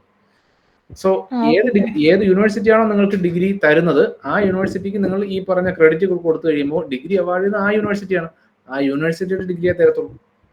സോ ആ യൂണിവേഴ്സിറ്റി റെക്കഗ്നൈസ് ചെയ്യുന്ന തരത്തിലാണ് നിങ്ങളുടെ കോഴ്സുകളെങ്കിലും നിങ്ങൾക്ക് കിട്ടത്തുള്ളൂ. ഞാൻ നേരത്തെ പറഞ്ഞതുപോലെ ഒരു കുട്ടിക്ക് ഹൊറിസോണ്ടലിയും വെർട്ടിക്കലിയും ഈ കോഴ്സ് ഡിസ്ട്രിബ്യൂഷൻസ് ഉണ്ട്. അത് മീറ്റ് ചെയ്യുന്ന തരത്തിലാണ് നിങ്ങൾ ഏൺ ചെയ്യുന്ന ക്രെഡിറ്റുകളെങ്കിൽ മാത്രമേ നിങ്ങൾക്ക് ഡിഗ്രി കിട്ടത്തുള്ളൂ. ഒരു കാര്യം കൂടെ പറഞ്ഞു നിർത്തി കഴിഞ്ഞാൽ, കേരള യൂണിവേഴ്സിറ്റിയിൽ നമ്മൾ പറഞ്ഞത് 3 വർഷ ഡിഗ്രിക്ക് 131 ക്രെഡിറ്റ് ആണ്. എന്നാൽ എല്ലാ യൂണിവേഴ്സിറ്റിയിലും അങ്ങനെയല്ല, വ്യത്യാസമുണ്ട്. ഈ ക്രെഡിറ്റുകളുടെ എണ്ണത്തിൽ ചിലത് 120 ആണ്, ചിലത് 150 ആണ്. സോ ഈ ക്രെഡിറ്റുകൾ എടുക്കുമ്പോൾ നിങ്ങൾക്ക് പലതരത്തിലുള്ള കമ്പാർട്ട്മെന്റുകളിലായിട്ടാണ് ഈ ക്രെഡിറ്റുകൾ നിങ്ങൾ നിക്ഷേപിക്കേണ്ടത്. നിങ്ങൾ 133 ക്രെഡിറ്റ് വേണ്ട സ്ഥലത്ത് 140 ക്രെഡിറ്റ് എടുത്തിട്ടുണ്ടോ എങ്കിൽ അതിനെ നമ്മൾ ഈ പല കമ്പാർട്ട്മെന്റുകളിൽ ഇടുമ്പോൾ, ഞാൻ ഈ പറഞ്ഞതൊക്കെ മുഴുവൻ മിനിമം ക്രെഡിറ്റുകളാണ്. ഇതിനേക്കാൾ കൂടുതൽ ക്രെഡിറ്റ് നിങ്ങൾക്ക് കിട്ടിയിട്ടുണ്ടാവും. ഇതിൽ ആവശ്യമുള്ള മിനിമം ക്രെഡിറ്റ് ഇട്ടുകൊണ്ട് നിങ്ങൾ ആ യൂണിവേഴ്സിറ്റി, ഏത് യൂണിവേഴ്സിറ്റിയിലാണോ ഡിഗ്രി നിങ്ങൾ റെഡീം ചെയ്യാൻ ആഗ്രഹിക്കുന്നത്, ആ യൂണിവേഴ്സിറ്റി പറയുന്ന നമ്പർ ഓഫ് ക്രെഡിറ്റ്സ്, പറയുന്ന നമ്പർ ഓഫ് കാറ്റഗറികളിൽ ആയി കഴിഞ്ഞാൽ നിങ്ങൾക്ക് അവിടെ നിന്ന് ഡിഗ്രി കിട്ടും. അത് തന്നെയാണ് ഈ ABC കൊണ്ട് ഉദ്ദേശിക്കുന്നത്. നിങ്ങൾക്ക് മൊബിലിറ്റി ഉണ്ട്, നിങ്ങൾക്ക് എങ്ങോട്ടാണോ സ്വിച്ച് ചെയ്യാം നിങ്ങളുടെ സാധ്യത അനുസരിച്ച്. അതിന്റെ പ്രധാന പ്രശ്നം ഞാൻ നേരത്തെ പറഞ്ഞതുപോലെ നിങ്ങൾ പോയിരിക്കുന്ന സ്ഥലത്ത്, പോകാൻ ആഗ്രഹിക്കുന്ന സ്ഥലത്ത് വേക്കൻസി ഉണ്ടോ എന്നുള്ളതാണ്. അവിടെ ഞാൻ ഈ പറഞ്ഞതുപോലെ കിട്ടുന്ന സീറ്റുകൾ, എത്ര സീറ്റാണ് വേക്കൻ്റ് ആയത് അങ്ങോട്ടേക്കേ പോകാൻ പറ്റത്തുള്ളൂ. ഓൾറെഡി കുറച്ച് കുട്ടികൾ പഠിക്കുമല്ലേ, അതിന് പുറത്തേക്കല്ലേ നിങ്ങൾ പോകുന്നത്. അപ്പൊ അത് അൺകണ്ടീഷണലായി നിങ്ങൾക്ക് മാറാൻ കഴിയത്തില്ല. അതിന് റെസ്ട്രിക്ഷൻസ് ഉണ്ടാവും, ബട്ട് അത് അപ്ലൈ ചെയ്യാനൊരു സ്വാതന്ത്ര്യം ഉണ്ടാവും. മെറിറ്റ് അനുസരിച്ചായിരിക്കും സ്വാഭാവികമായി അവർ പിന്നെ നിങ്ങളെ അങ്ങോട്ടേക്ക് അഡ്മിറ്റ് ചെയ്യുക. ആ മെറിറ്റ് അനുസരിച്ച് നിങ്ങൾക്ക് പോകാനും അത് ജോയിൻ ചെയ്യാനും കഴിയും. Okay sir, thank U. Okay, sir ഒരു ഡൗട്ട് കൂടിയുണ്ട്. യെസ്. അപ്പം ഈ എൻ്റെ 4 ഇയർ ഡിഗ്രിയാണ്, അപ്പോൾ എനിക്ക് 3rd ഇയർ ആകുമ്പം തന്നെ എനിക്കിപ്പോൾ കോമ്പറ്റേറ്റീവ് എക്സാം അതൊക്കെ എഴുതാൻ പറ്റുമോ, അതോ 4 ഇയർ കംപ്ലീറ്റ് ചെയ്ത് കഴിഞ്ഞിട്ട് മാത്രമേ പറ്റുള്ളൂ? കോമ്പറ്റേറ്റീവ് എക്സാം ഉദ്ദേശിച്ച് നെറ്റ് ആണോ അത് വേറെ? നെറ്റ് CGL അതുപോലുള്ള ഡിഗ്രി ഗ്രാജുവേഷൻ ചോദിക്കണത്. അതാത് ബോർഡുകളാണ് പറയുന്നത്. ഇപ്പൊ നെറ്റ് പോലുള്ള പരീക്ഷകളുടെ ഒരു പ്രത്യേകത, നിങ്ങൾക്ക് പരീക്ഷ എഴുതാൻ എലിജിബിൾ ആയി ഇപ്പൊ നിലവിൽ സംവിധാനം വെച്ച് കഴിഞ്ഞാൽ, നിങ്ങൾ പരീക്ഷ എഴുതി കഴിഞ്ഞാൽ എപ്പോഴാണോ നിങ്ങൾ ആ പരീക്ഷ എലിജിബിലിറ്റി ഉള്ള സർട്ടിഫിക്കറ്റുകൾ ഹോൾഡ് ചെയ്യുന്നത്, ആ സമയത്ത് നിങ്ങൾക്ക് ഡിഗ്രി സർട്ടിഫിക്കറ്റ് തരത്തുള്ളൂ. എന്ന് പറഞ്ഞാൽ നെറ്റ്, ഒരു എക്സാമ്പിൾ പറഞ്ഞാൽ ഫസ്റ്റ് ഇയർ PG നിങ്ങൾ നെറ്റ് പരീക്ഷ എഴുതുന്നു. ശരിക്കും നിങ്ങൾ സെക്കൻഡ് ഇയർ PG കഴിഞ്ഞതിന് ശേഷമേ നെറ്റിന് വാലിഡിറ്റി ഉള്ളൂ. ഫസ്റ്റ് ഇയർ PGക്കകത്ത് തന്നെ നിങ്ങൾ പരീക്ഷ എഴുതി ക്വാളിഫൈ ചെയ്താലും സെക്കൻഡ് ഇയർ PG കഴിയുമ്പോൾ മാത്രമേ നിങ്ങൾക്ക് ആ നെറ്റ് സർട്ടിഫിക്കറ്റ് ഇഷ്യൂ ചെയ്യത്തുള്ളൂ. നിങ്ങൾ ആ സെക്കൻഡ് ഇയറിന്റെ മാർക്ക് ലിസ്റ്റ് കൊടുക്കുമ്പോഴേ തരത്തുള്ളൂ. അപ്പൊ ആ പറഞ്ഞതുപോലെ നിങ്ങൾ ഈ കോമ്പറ്റേറ്റീവ് എക്സാമുകൾ പോയി പാർട്ടിസിപ്പേറ്റ് ചെയ്ത് കഴിഞ്ഞാലും ആ ഡിഗ്രി അവാർഡ് ചെയ്തതിനു ശേഷം എനിക്ക് വാലിഡിറ്റി കിട്ടത്തുള്ളൂ എന്ന് മാത്രമേ ഉള്ളൂ, അല്ലാതെ എഴുതുന്നതിന് തടസ്സം ഉണ്ടാവും തോന്നില്ല. Okay sir, thank U. Sir കേൾക്കുന്നുണ്ടോ? പറയൂ. നമ്മുടെ N-1 സെമസ്റ്റേഴ്സിന്റെ ഇത്, ഞാനിപ്പോ MG യൂണിവേഴ്സിറ്റി അണ്ടറിലാണ് ഉള്ളത്. ഞാനും ഫാക്കൽറ്റിയാണ്. അപ്പോ ഇവിടെ നമ്മൾ N-1 സെമസ്റ്ററിന്റെ കാര്യം ഒന്ന് ഫോക്കസ് ചെയ്ത് സംസാരിച്ചിട്ടുണ്ടായിരുന്നു സിലബസ് കമ്മിറ്റിയിൽ. അപ്പോ കേരളയിലും അത് അങ്ങനെ തന്നെയാണോ, അതോ? N-1 കൊടുക്കുന്നുണ്ട്, കേരള യൂണിവേഴ്സിറ്റി കൊടുക്കുന്നുണ്ട്. ഉണ്ട്. പിന്നെ മറ്റൊരു ഉണ്ടായിരുന്നത് 5ാമത്തെ സെമസ്റ്ററിൽ പൂർത്തിയാക്കാം, 4 വർഷമാണെങ്കിൽ 7ാമത്തെ സെമസ്റ്ററിൽ പൂർത്തിയാക്കാം. പിന്നെ വേറൊരു ചെറിയ കാര്യം ഉണ്ടായിരുന്നത്, നമ്മളെ മൈനേഴ്സ് ചൂസ് ചെയ്യുന്ന പരിപാടി ഉണ്ടല്ലോ, വിദ്യാർത്ഥികൾ മൈനേഴ്സ് ചൂസ് ചെയ്യുന്ന സമയത്ത് നമുക്ക് ഇപ്പൊ നിലവിലെ നിയമം സെൽഫ് മൈനേഴ്സ് ചൂസ് ചെയ്യാൻ പാടില്ല എന്ന് തന്നെയല്ലേ? അതെ. മൈനർ എന്നതുകൊണ്ട് ഉദ്ദേശിക്കുന്നത് അയാൾ പഠിക്കുന്ന സബ്ജക്ട് അല്ലാത്ത വിഷയങ്ങളാണ്. ഒരിക്കലും അയാൾ എടുക്കാൻ പറ്റില്ല. അതെ. ഫിസിക്സ് അല്ലാത്ത വിഷയങ്ങൾ ഏതുകൊണ്ട് എടുക്കാം, ഫിസിക്സ് എടുക്കാൻ കഴിയില്ല. അങ്ങനെയാണ് ഇപ്പൊ കേരള യൂണിവേഴ്സിറ്റി അങ്ങനെയാണ്. അതെ. ഓക്കെ. ഇവിടെ ഒരു ചെറിയ കോൺഫ്ലിക്റ്റ് പോലെ വന്നായിരുന്നു, അപ്പൊ ചോദിച്ചു. ചെറിയ ചെറിയ പ്രയാസങ്ങൾ പലരും പറയുന്നുണ്ട്. ഒരു ഉദാഹരണം പറഞ്ഞാൽ അറബിക് കോളേജുകൾ പോലെ, ഇല്ലെങ്കിൽ ചില കൊമേഴ്സ് കോളേജുകളിലൊക്കെ മൈനർ കൊടുക്കുവാനായി അവരുടെ കയ്യിൽ സബ്ജക്റ്റ് ഇല്ല, അതല്ലെങ്കിൽ ഫാക്കൽറ്റി ഇല്ല, സ്ട്രെങ്ത് ഇല്ല. ഇപ്പൊ അറബിക് കോളേജുകളിൽ അവർക്ക് മറ്റു വിഷയങ്ങൾ പഠിപ്പിക്കുന്ന അധ്യാപകരുണ്ടാവില്ല, ഫാക്കൽറ്റി ഉണ്ടാവില്ല. അപ്പൊ അതുകൊണ്ട് തന്നെ കുട്ടികൾ മേജർ പഠിക്കുന്ന ഒരു കുട്ടിയെ സംബന്ധിച്ചിടത്തോളം മൈനർ എടുക്കാൻ അവിടെ ഫാക്കൽറ്റി ഇല്ല, കോഴ്സുകൾ കൊടുക്കാൻ കഴിയും. ക്വാളിഫൈഡ് ഫാക്കൽറ്റി ഇല്ലാത്തത് ഒരു ബുദ്ധിമുട്ടായിട്ട് അവർ പറയാം. അതെ. അപ്പൊ അതൊരു പ്രയാസമായി പറയുന്നുണ്ട്. അപ്പൊ അത് പല തരത്തിൽ അവർ അഡ്രസ് ചെയ്യാൻ ശ്രമിക്കുന്നുണ്ട്. പക്ഷെ എങ്കിലും തൽക്കാലം ഇത് ഇങ്ങനെ തന്നെ മുന്നോട്ട് പോകുന്നതായിരിക്കും നല്ലത് എന്നുള്ള നിലയിലാണ് നിൽക്കുന്നത്. പിന്നെ ഈ പറഞ്ഞ ഗവൺമെന്റിന്റെ, ഞാൻ നേരത്തെ പറഞ്ഞില്ല, ഇത് ഇവോൾവ് ചെയ്തു വരുന്ന സംവിധാനമാണ്. അപ്പൊ അതിനകത്ത് കറക്ഷൻസ് ഇടയ്ക്കിടയ്ക്ക് അപ്ലൈ ചെയ്യുന്നുണ്ടാവും. അത് എങ്ങനെ വരും പറയാൻ കഴിയുന്നില്ല. നിലവിൽ ഇതൊരു പ്രതീക്ഷ ലൈനിലാണ്. കാരണം ഇല്ലെങ്കിൽ ഇത് ചെറിയ കോളേജുകൾക്ക് ആത്യന്തികമായിട്ട് ഭീഷണിയാവും എന്നുള്ള അവസ്ഥയിലാണ് ഇപ്പോൾ ഉള്ളത്. അതുകൊണ്ട് സാർ ഇതിനകത്തൊരു ഒരു സൈഡിൽ ഒരു ത്രെട്ട് ഉണ്ട്, ഒരു സൈഡിൽ സാധ്യതകളുണ്ട്. അപ്പൊ അത് നമ്മൾ എങ്ങനെ ഉപയോഗിക്കുന്നുള്ളൂ. ഇപ്പോൾ ചെറിയ കോളേജുകളാണെങ്കിലും അവർക്ക് സിഗ്നേച്ചർ കോഴ്സുകൾ പോലുള്ള കോഴ്സുകളൊക്കെ ഓഫർ ചെയ്തുകൊണ്ട് കുട്ടികളെ അട്രാക്ട് ചെയ്യാൻ പറ്റുന്ന ഒരു സാധ്യതയുണ്ട്. നമ്മളത് എങ്ങനെ ഉപയോഗിക്കുന്നു എന്നുള്ളതനുസരിച്ചിരിക്കും ബാക്കി. എക്സ്റ്റേണൽ ആഡ് ഓൺ കോഴ്സുകൾ അല്ലേ? എങ്ങനെയാ സാറേ? ആഡ് ഓൺ കോഴ്സുകൾ നമ്മൾ കൊടുക്കാറുണ്ടല്ലോ. അതെ. ഞാൻ അതൊക്കെ കുട്ടികളെ അട്രാക്ട് ചെയ്യാൻ പറ്റുന്ന സാധ്യതകളാണ്. അപ്പൊ നമുക്ക് വലിയ കോളേജുകളെ സംബന്ധിച്ചിടത്തോളം കുട്ടിക്ക് മൈനർ എടുക്കാൻ അത്രയും വലിയ ചോയ്സ് കിട്ടും. എന്നാൽ ചെറിയ കോളേജുകളിൽ ആ ചോയ്സ് കിട്ടത്തില്ല. അപ്പൊ ചോയ്സ് കിട്ടാതിരിക്കുമ്പോൾ കുട്ടിയെ പിന്നെ അങ്ങോട്ടേക്ക് അട്രാക്ട് ചെയ്യാൻ നമ്മൾ എന്തെങ്കിലും അഡീഷണൽ കാര്യങ്ങൾ അവിടെ വെക്കണം. അതെന്ത് വെക്കുന്നതനുസരിച്ച് കുട്ടികൾ വരികയും കോഴ്സുകൾ എടുക്കുകയും മുന്നോട്ട് പോകാനുള്ള സാധ്യതകളുണ്ടാകും. Okay sir, thank you. അതിനോട് ചേർത്ത് ചോദിക്കാനുള്ള ചോദ്യമായിരുന്നു. ഇതുപോലെ ഫാക്കൽറ്റീസ് ഇല്ലാത്ത കോളേജുകളില് ഇപ്പൊ ഞാൻ എടുക്കുന്ന ഒരു സ്ഥലത്ത് അവർക്ക് ഒരു പേപ്പറാണുള്ളത്. ഇനി ഇവിടെ ഒരു പേപ്പർ അണ്ടർസ്റ്റാൻഡിങ് ഇന്ത്യ, അതെല്ലാവരും പഠിക്കണം. അതൊരു എലക്റ്റീവ് പേപ്പർ അല്ല, അത് കമ്പൽസറി പേപ്പറാണ് എല്ലാ കോഴ്സുകാർക്കും. അപ്പൊ അതിനുവേണ്ടി പുറത്തുനിന്ന് ഒരു ഫാക്കൽറ്റിനെ വെച്ച് അവർ പഠിപ്പിക്കുക എന്നുള്ളൊരു സാധനമാണ് ഇപ്പൊ ചെയ്തുകൊണ്ടിരിക്കുന്നത്. അതായത് അവര് അവിടെ കൊമേഴ്സും കമ്പ്യൂട്ടർ സയൻസും മാത്രമേ ഉള്ളൂ. അപ്പൊ അവര് ചെയ്തുകൊണ്ടിരിക്കുന്ന പുറത്തുനിന്ന് ഒരു ഫാക്കൽറ്റിനെ വെച്ച് പഠിപ്പിക്കുക എന്നുള്ളതാണ്. അപ്പൊ അങ്ങനെ ഒരു എന്താ പറയാ, ഈ പറയുന്ന ഒരു സാധനത്തിന് എത്രമാത്രം പ്രാക്ടിക്കാലിറ്റി ഉണ്ട്, എത്രമാത്രം ഇപ്പൊ യൂണിവേഴ്സിറ്റികളിൽ നടക്കും, അല്ലാണ്ട് അതിനപ്പുറത്തേക്ക് വരുമ്പോ എത്രമാത്രം അത് പ്രാക്ടിക്കലായിട്ട് എല്ലാവരിലേക്ക് എത്താനുള്ള സാധ്യത ഉണ്ട് എന്നുള്ളതായിരുന്നു. മാം പറയുന്നതിനകത്ത് അതൊരു ഒരു സൈഡ് തന്നെയാണ്, അതൊരു ഫാക്റ്റ് ആണ്. പക്ഷെ അതിനകത്ത് ഓർക്കേണ്ട ഒരു കാര്യം എന്ന് പറയുന്നത്, നമുക്ക് കുട്ടികളുടെ മുന്നിൽ കുട്ടികൾക്ക് ചോയ്സ് കൊടുക്കുക എന്ന് പറയുമ്പോൾ പിന്നെ ചോയ്സ് കൊടുത്തു തന്നെ ആണ്ടേ. അപ്പോൾ കുട്ടിക്ക് ആ ചോയ്സ് കിട്ടുക തന്നെ വേണം. അപ്പൊ കുട്ടിയെ സംബന്ധിച്ചിടത്തോളം കുട്ടിക്ക് എടുക്കാവുന്ന ആദ്യത്തെ ചോയ്സ് കോളേജ് ചൂസ് ചെയ്യണം. അപ്പൊ കുട്ടിക്ക് മാർക്ക് ഉണ്ടെങ്കിൽ, മെറിറ്റ് ഉണ്ടെങ്കിൽ കുട്ടിക്ക് ഈ പറയുന്ന ചോയ്സുകളൊക്കെ ഉള്ള ഒരു കോളേജ് ചൂസ് ചെയ്യാം. അപ്പോൾ ആ ചോയ്സ് എടുത്തു കഴിഞ്ഞതിന് ശേഷമാണ് കോളേജിനകത്തുള്ള കോഴ്സ് ചൂസ് ചെയ്യാനുള്ള ചോയ്സ് കുട്ടിക്ക് കിട്ടുന്നത്. ഈ ചോയ്സ് വരുമ്പോൾ, രണ്ടാമത്തെ ചോയ്സ് വരുന്ന സമയത്ത് സ്വാഭാവികമായും കുട്ടിക്ക് മിനിമം എടുക്കേണ്ട കോഴ്സുകൾ ഓഫർ ചെയ്യുക എന്നുള്ളത് ആ കോളേജിന്റെ ഉത്തരവാദിത്തമാണ്. അത് കൊടുത്തല്ലേ പറ്റൂ. ഇപ്പൊ നേരത്തെ സംവിധാനം ആലോചിച്ചു കഴിഞ്ഞാൽ ഒരു കോളേജിൽ മെയിനും സബും എന്ന് പറയുന്ന പേപ്പറുകൾ ഉണ്ടെങ്കിൽ അത് രണ്ടും കൊടുത്തല്ലേ പറ്റത്തുള്ളൂ. അതിനും ഫാക്കൽറ്റി ഉണ്ടാകത്തില്ലേ, അത് കൊടുക്കാതിരിക്കാൻ കഴിയില്ലല്ലോ. അപ്പൊ ഇവിടെയും പുതിയ സംവിധാനത്തിലും അങ്ങനെ തന്നെ വേണം. മെയിനും സബിനും പകരം നമ്മളിവിടെ പറയുന്നത് മേജർ മൈനർ എന്നുള്ളതാണ്. സോ അത്തരം പേപ്പറുകൾ കൊടുത്തേ പറ്റൂ. അത് കുട്ടിക്ക് ഒരു ഡിഗ്രി കിട്ടാനായി, ഏൺ ചെയ്യാനായി കിട്ടേണ്ട മിനിമം നമ്പർ ഓഫ് ക്രെഡിറ്റ്സ് കൊടുത്തു തന്നെ വേണം. അങ്ങനെ സോ ആ നമ്പർ ഓഫ് ക്രെഡിറ്റ്സ് അല്ലെങ്കിൽ നമ്പർ ഓഫ് കോഴ്സുകൾ കൊടുക്കുക എന്നുള്ളത് കോളേജിന്റെ ഉത്തരവാദിത്തം തന്നെയാണ്. അത് ആ ഉത്തരവാദിത്തത്തിൽ നിന്ന് കോളേജിലേക്ക് മാറാൻ കഴിയില്ല. എന്നാൽ കുട്ടികൾക്ക് കിട്ടുന്ന ചോയ്സ് ആണ് ടീച്ചർ പറഞ്ഞ അടുത്തൊരു കൺസേൺ. അത് ഒരു കോളേജിൽ എത്ര ഫാക്കൽറ്റി ഉണ്ട്, എത്ര വിഷയങ്ങൾ ഓഫർ ചെയ്യുന്നു എന്നുള്ളതനുസരിച്ച് കുട്ടിക്ക് കിട്ടുന്ന ചോയ്സിന്റെ എണ്ണത്തിൽ വ്യത്യാസം വരും. ആ ചോയ്സിൽ തൽക്കാലം കുട്ടിക്ക് ഡിസിഷൻ എടുക്കാൻ കഴിയില്ല. പക്ഷെ അവിടെ കുട്ടിക്ക് എടുക്കാവുന്ന വേറൊരു ചോയ്സ്, കുട്ടിക്ക് ആ ഒരു പേപ്പർ താല്പര്യമില്ല, ഒരു പേപ്പർ പഠിച്ചിരുന്ന സമയത്ത് ടീച്ചർ പറഞ്ഞതുപോലെ ഒരു പർട്ടിക്കുലർ സബ്ജക്ട് മാത്രമേ അവിടെ കൊടുക്കുന്നുള്ളൂ, ആ സബ്ജക്റ്റിൽ കുട്ടിക്ക് താല്പര്യമില്ല, ഫൈൻ, കുട്ടിക്ക് ആ പേപ്പറിന് പകരം ഓൺലൈൻ കോഴ്സ് എടുക്കാം. ആ പേപ്പർ കോളേജിൽ നിന്ന് പഠിക്കണ്ട. നമ്മൾ പറയുന്ന മുഴുവൻ സമയം കുട്ടി കോളേജിൽ ഇരിക്കണമെന്ന് ഒരു നിർബന്ധമില്ല. ആ സമയം കുട്ടിക്ക് ഓൺലൈനായി പേപ്പർ എടുക്കുക, ഇതിനെ റീപ്ലേസ് ചെയ്യാൻ വേറൊരു പേപ്പർ വെച്ച്. അത് കുട്ടിയുടെ ചോയ്സാണ്. സോ അത് ഉപയോഗിക്കാൻ കഴിയും കുട്ടിക്ക്. എല്ലാ കോളേജിലും ഒരേ തരത്തിലുള്ള ഫ്ലെക്സിബിലിറ്റി കിട്ടത്തില്ല, അത് ശരിയാണ്. ക്ലിയർ ആയോ ഞാൻ പറഞ്ഞത് ടീച്ചർ? അതെ അതെ, ക്ലിയർ. നമസ്കാരം സാർ, ഒരു സംശയം ഉണ്ടായിരുന്നു. പറയൂ.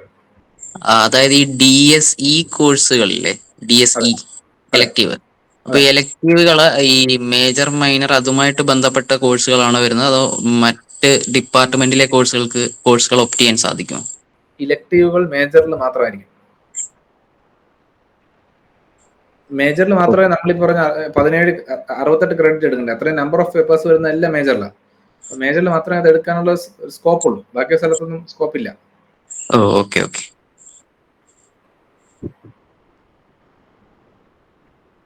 അതേപോലെ തന്നെ മറ്റൊരു സംശയങ്ങളുണ്ടായിരുന്നു.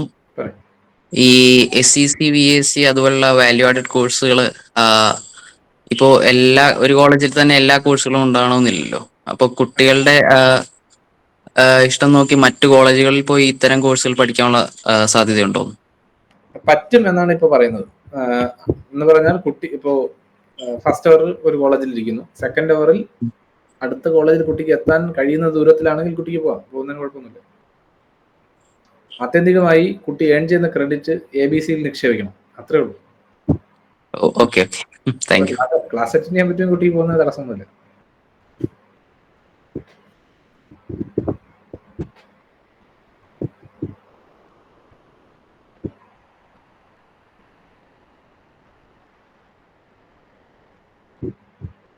മറ്റെന്തെങ്കിലും ഡൗട്ട്സ്?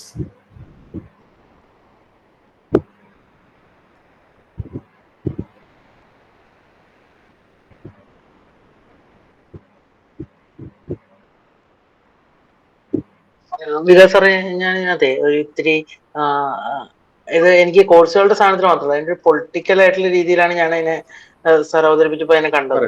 അപ്പൊ ഇതിനകത്ത് ഈ സ്ലോ ലേണേഴ്സ് ആയിട്ടുള്ള ആൾക്കാരും അങ്ങനെ അല്ലാതെ ഉള്ള ആൾക്കാരും ഉണ്ടല്ലോ. അപ്പോ അവര് തമ്മിലുള്ള ഒരു ഗ്യാപ്പ് കൂടാനും അത് പൊതുവെ എക്കണോമിക്കലി നോക്കുമ്പോഴും ആ ഒരു ഗ്യാപ്പിലേക്ക് ഭാവിയിൽ വരാനുള്ള ഒരു കാരണമാവില്ല. അങ്ങനെ ഒരു സാധ്യത അതിനകത്ത് കാണുന്നുണ്ടോ ഈ കോഴ്സ്? സാർ അതിനകത്ത് സാർ പറഞ്ഞതിനെ തിരിച്ചാലോചിച്ചാൽ ഫാസ്റ്റ് ലേണറായ ഒരു കുട്ടിയെ സംബന്ധിച്ചിടത്തോളം അയാളുടെ ലേണിംഗ് സ്കില്ലിനെ നമ്മൾ ഇതുവരെ വാല്യൂ ചെയ്തിരുന്നില്ല.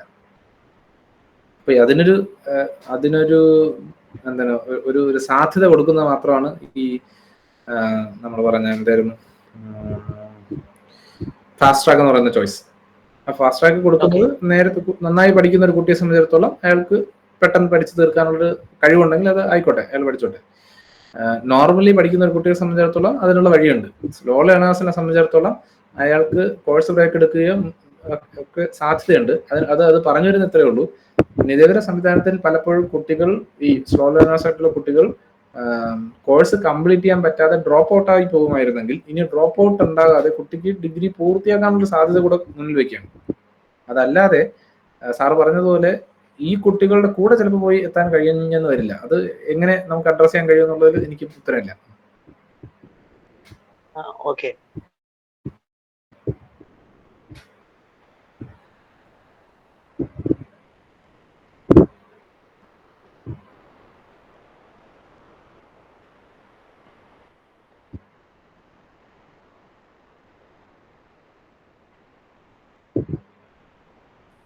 സാറ് പറഞ്ഞതിന്റെ കൂടെ ഒരു കാര്യം കൂടെ ചേർക്കാൻ, ഇത്തരം ചെറിയ ചെറിയ പ്രയാസങ്ങൾ ഉണ്ട് എന്നുള്ളത് കൊണ്ട് തന്നെയാണ് കേരള ഗവൺമെന്റ് ഈ എന്താണ് മൾട്ടിപ്പിൾ എൻട്രി മൾട്ടിപ്പിൾ എക്സിറ്റ് ഓപ്ഷനുകൾ മുന്നിൽ വന്നപ്പോൾ ചില റെസ്ട്രിക്ഷൻസ് മുന്നിൽ വെച്ചത്. നമ്മുടെ സംസ്ഥാനത്ത് പഠിക്കുന്ന കുട്ടികളെ സംബന്ധിച്ചിടത്തോളം ഫസ്റ്റ് ഇയറിൽ ജോയിൻ ചെയ്ത് കഴിഞ്ഞാൽ 3 വർഷത്തിലോ 4 വർഷത്തിലോ ഒരു ഡിഗ്രി ഹോൾഡറായി പുറത്തിറങ്ങിയാൽ മതി. അതല്ലാതെ ഒരു ഡിപ്ലോമ സർട്ടിഫിക്കറ്റും ഒക്കെ ആയിട്ട് ഡിപ്ലോമ അല്ലെങ്കിൽ സർട്ടിഫിക്കറ്റ് ഹോൾഡേഴ്സായി പുറത്തിറങ്ങേണ്ട എന്ന് തീരുമാനിച്ചതും ഈ ഒരു ആശയത്തിന്റെ പുറത്താണ്. അങ്ങനെ ചെയ്തില്ല എങ്കിൽ നമ്മുടെ സമൂഹത്തിലുള്ള ഈ പല സാർ പറഞ്ഞ പോലെ സോഷ്യൽ എക്കണോമിക് സെപ്പറേഷൻസ് ഉള്ളത് കുറച്ചുകൂടെ വലുതാക്കാനേ സാധിക്കുള്ളൂ. ഡിഗ്രി ഹോൾഡർ അല്ലാതെ പല കുട്ടികളും സർട്ടിഫിക്കറ്റ് ഹോൾഡേഴ്സായും ഒക്കെ പുറത്തിറങ്ങാൻ ശ്രമിക്കും. അങ്ങനെ ഇറങ്ങുമ്പോൾ ആ കുട്ടിക്ക് പിന്നൊരു ചോയ്സ് വേറൊരു സ്ഥലത്തേക്ക് എത്തിപ്പെടാനോ കഴിയാത്ത തരത്തിൽ നമ്മളിങ്ങനെ 2-3 കാറ്റഗറി ഓഫ് ആൾക്കാരെ ക്രിയേറ്റ് ചെയ്യുന്നതിന് തുല്യമാവും. അപ്പൊ അതൊക്കെ കൊണ്ടായിരിക്കാം ഗവൺമെന്റ് അങ്ങനെ വേണ്ട, നമ്മൾ ഒരു ഡിഗ്രി ഹോൾഡറായിട്ട് മാത്രം പുറത്തിറങ്ങിയാൽ മതി എന്ന് വെച്ചെന്ന് എനിക്ക് തോന്നുന്നു. ഈ NEP മുന്നോട്ട് വെച്ച ആശയത്തിൽ നിന്നും ഈ ഒരു കാര്യത്തിൽ ഒരു ഡീവിയേഷൻ ആണ് കേരള ഗവൺമെന്റ് എടുത്തിരിക്കുന്നത്. Okay sir.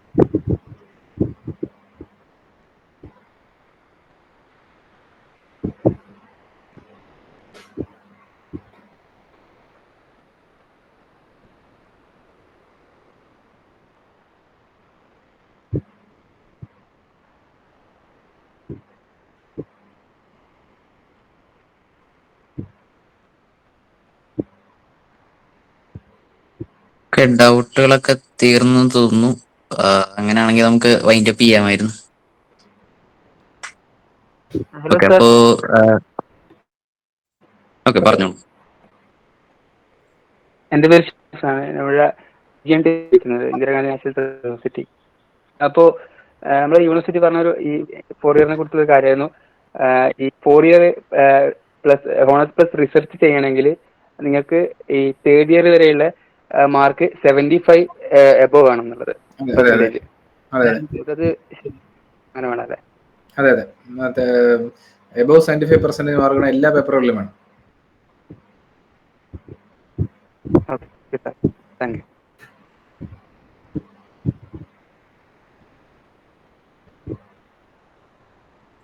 ഓക്കെ, മറ്റെന്തെങ്കിലും ചോദ്യങ്ങളുണ്ടോ?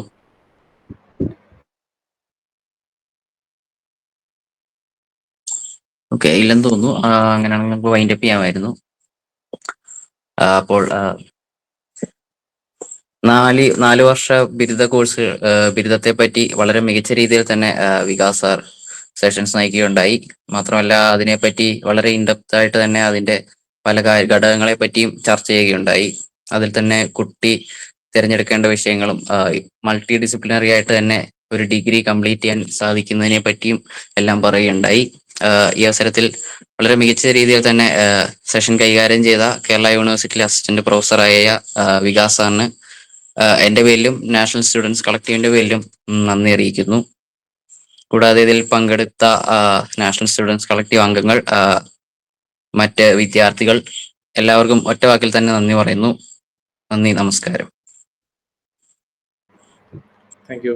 C U.